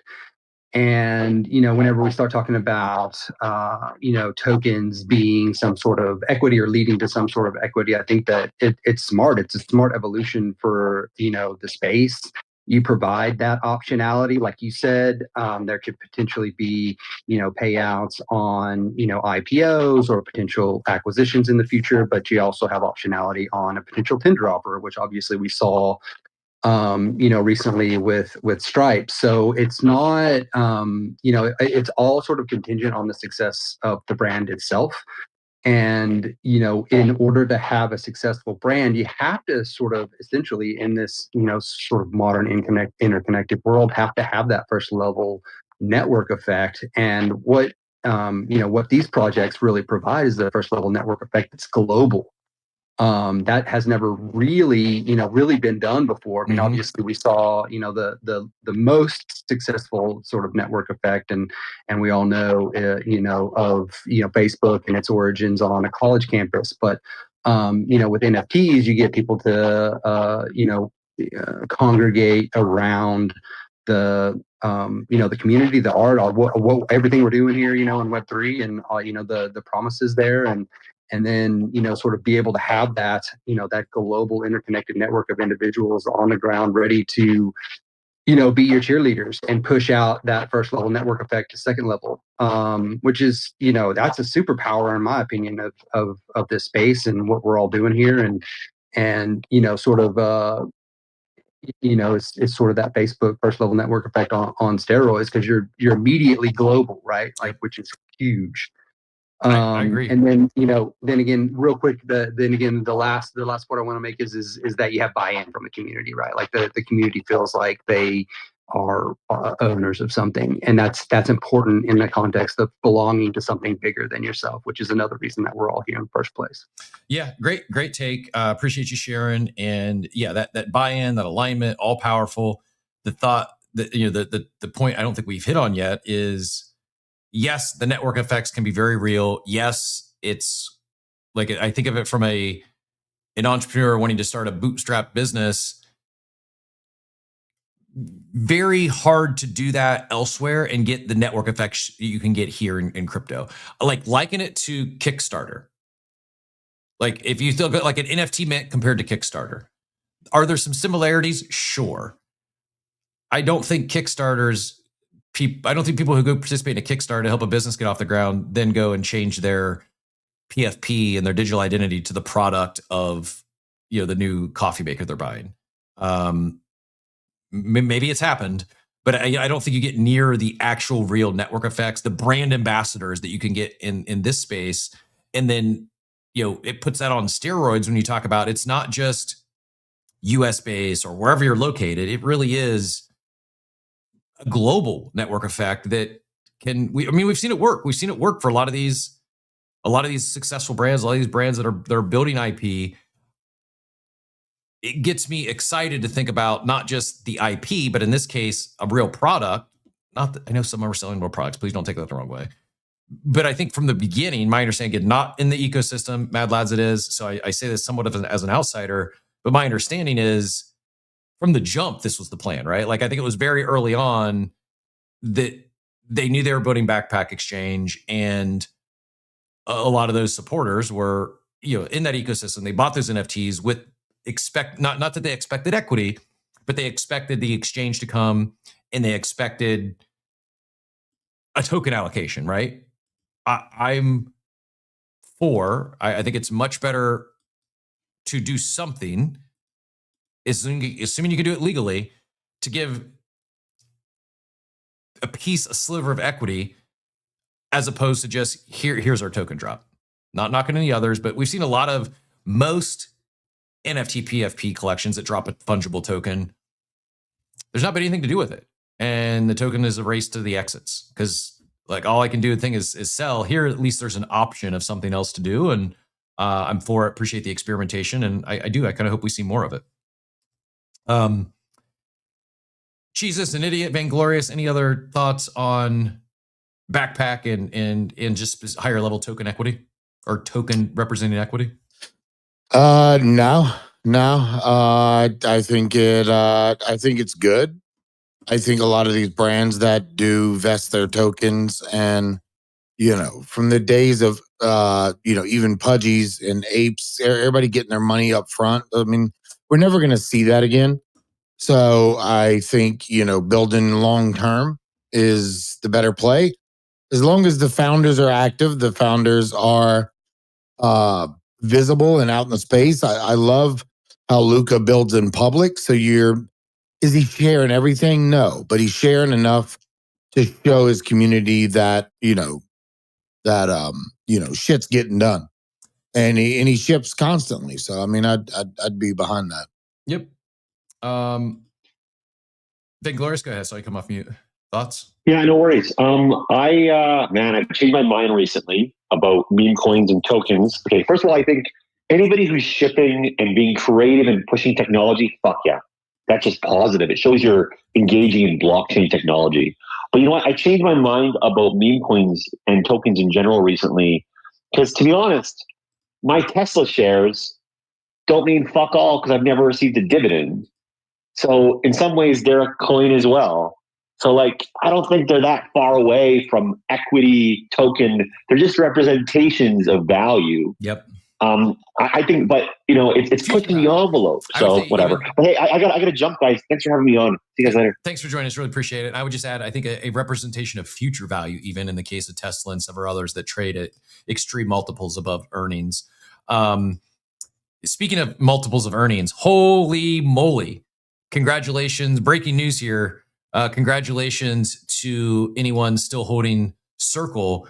They just released their fourth quarter earnings, and stock, the market loved it. Stock is up almost 20% this morning on big earnings. They showed USDC in circulation is up to 75 billion. That's up 72% year over year.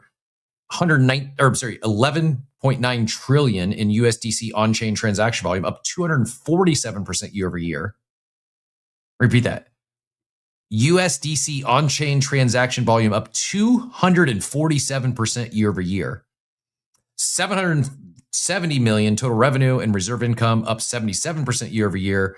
Circle is building the economic OS for the internet, enabling everything from frictionless cross-border payments to a world of emerging possibilities with agentic AI.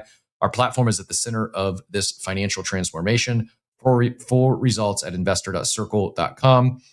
You can see here just not only big numbers, apparently greatly exceeding the expectations and estimates from the analysts due to the stock performance. I'm guessing, I'm going to go look now because I'm guessing Coinbase stock probably also since they have like a 50% stake in Circle. And Yeah, Coinbase up 6% on the day as well. So Coinbase drifting on the good news from Circle. Congrats again to those holders, and just even further, like I am kind of blown away by the growth. It's not like Circle just created. Yeah, they went public, but going public doesn't drive more on-chain transaction volume. That on-chain transaction volume being up 247% year over year. And I know it's on more than just chains, but my take this morning, ETH to 10K. This isn't financial advice. This is just pure hopium, but it is.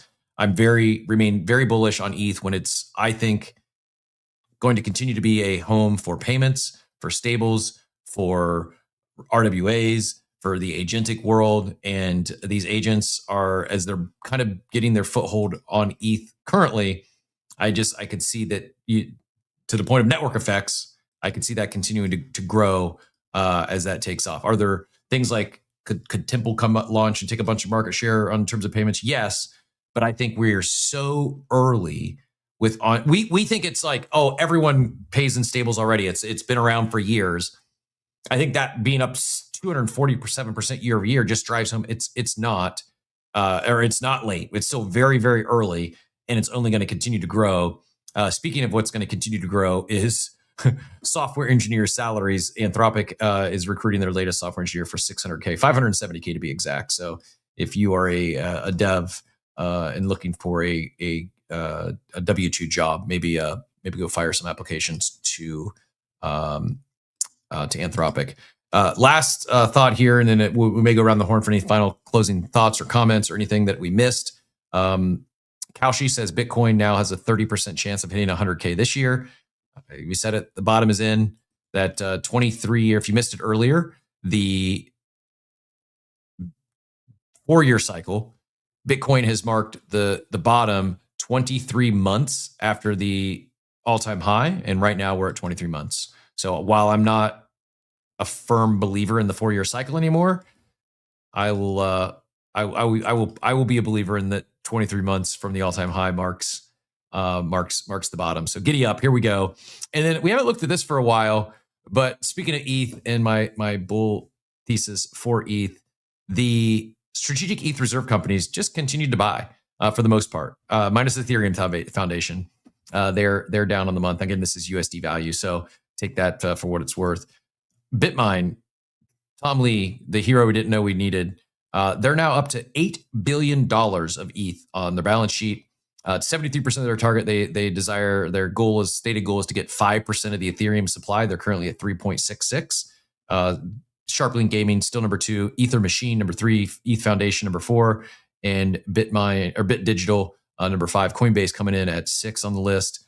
You can see here not a lot of movement until you get to Aave DAO. It's probably it's a whole show probably worth talking. Aave, it is becoming really cutthroat over there, it seems, between the DAO and the foundation. And I'm not deep in that world, but it seems like all out war. So I don't know how that translates into the added ETH that the DAO is sitting on, unless they just maybe previously were spending it and now they're no longer spending it. But I think it is a good sign that despite this market, despite the chop or not great price action, that you just continue to see not just Bitmine, but these 68 strategic ETH reserve companies. For the most part, they continue to stack ETH. The ETF volume is down slightly, and this hasn't been updated. I don't know the most current. This is last date they have updated here was a couple weeks ago, the 13th. So it's not immediately, it's not up to date, but the strategic ETH reserve companies rather continue to stack ETH, and I think that's a good sign for ETH price action. Mel, get feeling better, or I hope your kids get feeling better. Just saw your post. No sorries, no. You don't even need to make excuses. We understand sometimes life gets in the way, and taking care of sick kiddos more important than being first in the coffee with Captain Chat. Although I do greatly appreciate you, and it doesn't go unnoticed when you are out there. And did miss you this morning. I'm glad to hear that you're okay, and hope speedy recovery to those kiddos. What an interesting show today. I think we did okay job of turning a somewhat a slow headline day into hitting on some good headlines, hitting on just, having some good conversations about royalties, about equity or tokens representing equity, about Bitcoin bottom. We talked about a few upcoming mints, and we got some very important cheese takes. I'm still probably not the rest of the day. I'm gonna be thinking about where Jesus' name came from, and may have to find. Let me ask you this, Jesus. What's the? Do you have any Web3 conferences on your? Like, I'm absolutely attending this year. I'm most likely going to this. Where's the next in real life crypto conference we might see at? I have nothing on the agenda, not as of right now. I shouldn't assume. I assume you're in this. Are you in the States? Yes, I am in the States. Yeah. My list. I'm looking at Consensus in Miami. I'll probably do Art Basel again in Miami as well in December, and I'm considering Bitcoin Vegas. I've never been, but Bitcoin Vegas this year are actually, we've got a meeting today with a new sponsor. They've got they're doing some stuff at Bitcoin Vegas, so we kind of penciled that in. Might make the trek out there for the first time, even despite my no, not really any love for Vegas, but I think we're long overdue for a crypto conference at Dolly World. What do you say, Chiefs? That would be Dollywood, not Dolly World. What are you talking about, bro? Come on. Okay, my bad. Get with it. Come on, Lord. A crypto conference in the foothills of the Smoky Mountains. Let's go. I mean, kind of. I don't think has there ever been one in that part of the world in Nashville? Bitcoin Nashville was a couple years ago, but has there ever been one in? Yeah. Over there? No. Nashville's about as good as you're getting. Yeah, we haven't done like a Pigeon Forge or any of that stuff, right? No. Kind of surprising. That'd be a good spot. Like, it'd be a good, like, get out in the nature. But yet it's also like a very much like, hotels are not a problem. Conferences centers aren't a problem. It's like where they did base camp at in Vermont this last year. Yeah, they did it out there. They did it in a state where you can't really go out. There was like 2 gun stores, and you can't really go out shooting guns. I want a conference where we go out and blow shit up with tannerite, where we raise hell, praise Dale. Like, let's go have some fun. You know what I mean? I mean, yeah, Degens hate nature, city folk, is what Payne says. But I'm here for it. I think bring more of like like. I absolutely would be in for more of those sort of conferences, as opposed to not. I like Miami, I like Florida, but Miami, Vegas, New York, like get us in like the real jungle, not the concrete jungle. Costa Rica, let's do a conference in the jungle. I think Solana summer camp was like the closest they ever got. Where did they do that? Too bad that was like the fucking cringiest influencers on Solana. It was the summer camp was like a creator house, basically, right? Yeah, basically, yeah. I don't remember what it was. As bad as East Denver was, I mean, hell, we might as well have it down in Mexico. You want to bring out some guns? You better not go to Mexico without packing now. I kid, but I'm serious. Please travel safely if you're heading down there. It is the wild west. Yeah, I guess Denver is like, it's in the mountains, but Denver is also big city esque. I have never been to East Denver. I'm guessing it's either near the airport or downtown. Is that a correct assumption for anyone who's been? Yeah, I think it's downtown. Denver itself is really nice. I agree. It's one of the worst cities I've ever been to travel wise, because there's only a few major freeways, and everything else is just big giant loops with traffic lights, and it's a nightmare to get around traffic wise. But Denver is very beautiful. It's also, I'll say this on the Mexico vacation thing. If you want to go to Mexico on vacation, don't go to El Salvador. El Salvador is the most beautiful place I've ever been, and it's like one of the safest places in this entire hemisphere. So, okay, yeah, El Salvador has not been on my list, but I will. Now they've done some crypto conferences in El Salvador, right? Like maybe a Dev Connect or something.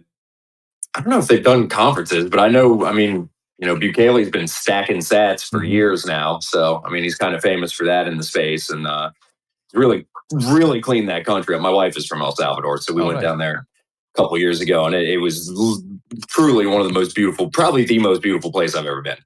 Very cool. On my list, I would, more South America on my on my to-do list for sure. And I guess that's like where I net out. While I'm all for doing something in the woods or the jungle or nature, something new. Let's enough of New York, enough of Vegas, enough of Miami. Let's go somewhere new. I would like some new travel experiences for work. Would be great. El Salvador Hotel says Mayhem. Maida says, let's do a crypto conference at a place with no service or Wi-Fi, so people stop selling for a week. Not a bad take there. And then, as last but not least, before we play out of here, I did pin up top the reminder for tomorrow's show. You mentioned X been a little funky this week with discoverability. Videos are still almost entirely nerfed until you go hunting for them. Tomorrow, I don't know what time. We don't have a time when Zach XBT is dropping his expose, do we? I don't think so. Okay. And just to let you know, I streamed Toshi. I was streaming like Toshi last night, and the video is actually showing up on my timeline now. Oh, really? Yeah. So I seen that this morning. I was like, oh shit. So, So surprisingly, it looks like they might have fixed some of that. Not sure. Let me go look on I'm gonna go look on your timeline right now. I'm on my phone. You're right. It is because we sent it out from the Coffee with Captain. Yep, there it is. So it's back. X video's back. Good to know. Was not aware of that. Thanks for sharing. But yeah, it is fully back. So we're making steps in the right direction. Hopefully, we're all the way back with X tomorrow. And really appreciate y'all being here. Jesus, Ilan, an idiot, and everyone else who joined us on stage. Really appreciate you adding to the conversation today. And we'll be back tomorrow. I pinned that reminder link up top. If you're looking for a show to hit between now and then, Jesus, your show's at 11. Is that right? 11. Yes, sir. So you got about an hour. Go get some. Go take your dog for a walk. Go get some snacks, and then jump back on here and support Jesus and gang with their. Yeah, and we have the Invention Network coming on today. They'll be on at about 12, but yeah, we start at 11. Give me a TLDR. I've never even heard of Invention Network. It's a new one for me. It's a new one for me as well. I was approached pretty quickly about it, but they have a super. They're developed a super app for earners on the internet. There's so many missions. There's, you can earn tokens, not just points. You're earning tokens through the missions. It shows you the tokens you earn every mission you complete, and it's worldwide. I mean, it's gonna be a pretty good talk with these guys. So I'm kind of excited about this one. Awesome. Interesting. Well, let them know they just they got a 2-for-1. I just gave them a follow, and they got a little extra. I appreciate it. Got a little extra air cover on coffee this morning. But in all seriousness, have a great show. Go check that out here at 11. And as we play us out, go smash that reminder for tomorrow's show. It's pinned up top. I too hope Zach XBT drops his top 3 cheeses tomorrow, Von Frunton. That's what we really need. That would be it wouldn't be a rug. That would just be the that would be the Zach XBT expose, especially if he comes out and says like the real the after further deep investigation, blue cheese is criminal, and American cheese is full of nothing but plastic, and it's his top 3 cheeses, but it's also avoid these 3 cheeses. That's what we're needing. If this was 2021. We would already have a 10,000 collection of PFP cheeses already dropped before the end of the show today. So that's what you missed out if you weren't around then is that kind of mania. I kid, but I'm truly serious. Like it probably would have already minted out. We would have had a gas war. In all seriousness, have a great day today. I hope we'll see you all again tomorrow, and don't miss Friday. We got a big open claw. Jesus, Coffee with Captain, not open claw. A Coffee with Captain. TCG gold card given away to a community member of the month. You're going to get the really nice prizes anywhere from 5 to 8-9 grand as the grail chases in there, the grail items. But thank you all so much. Hope you have a wonderful day, and we'll see y'all soon.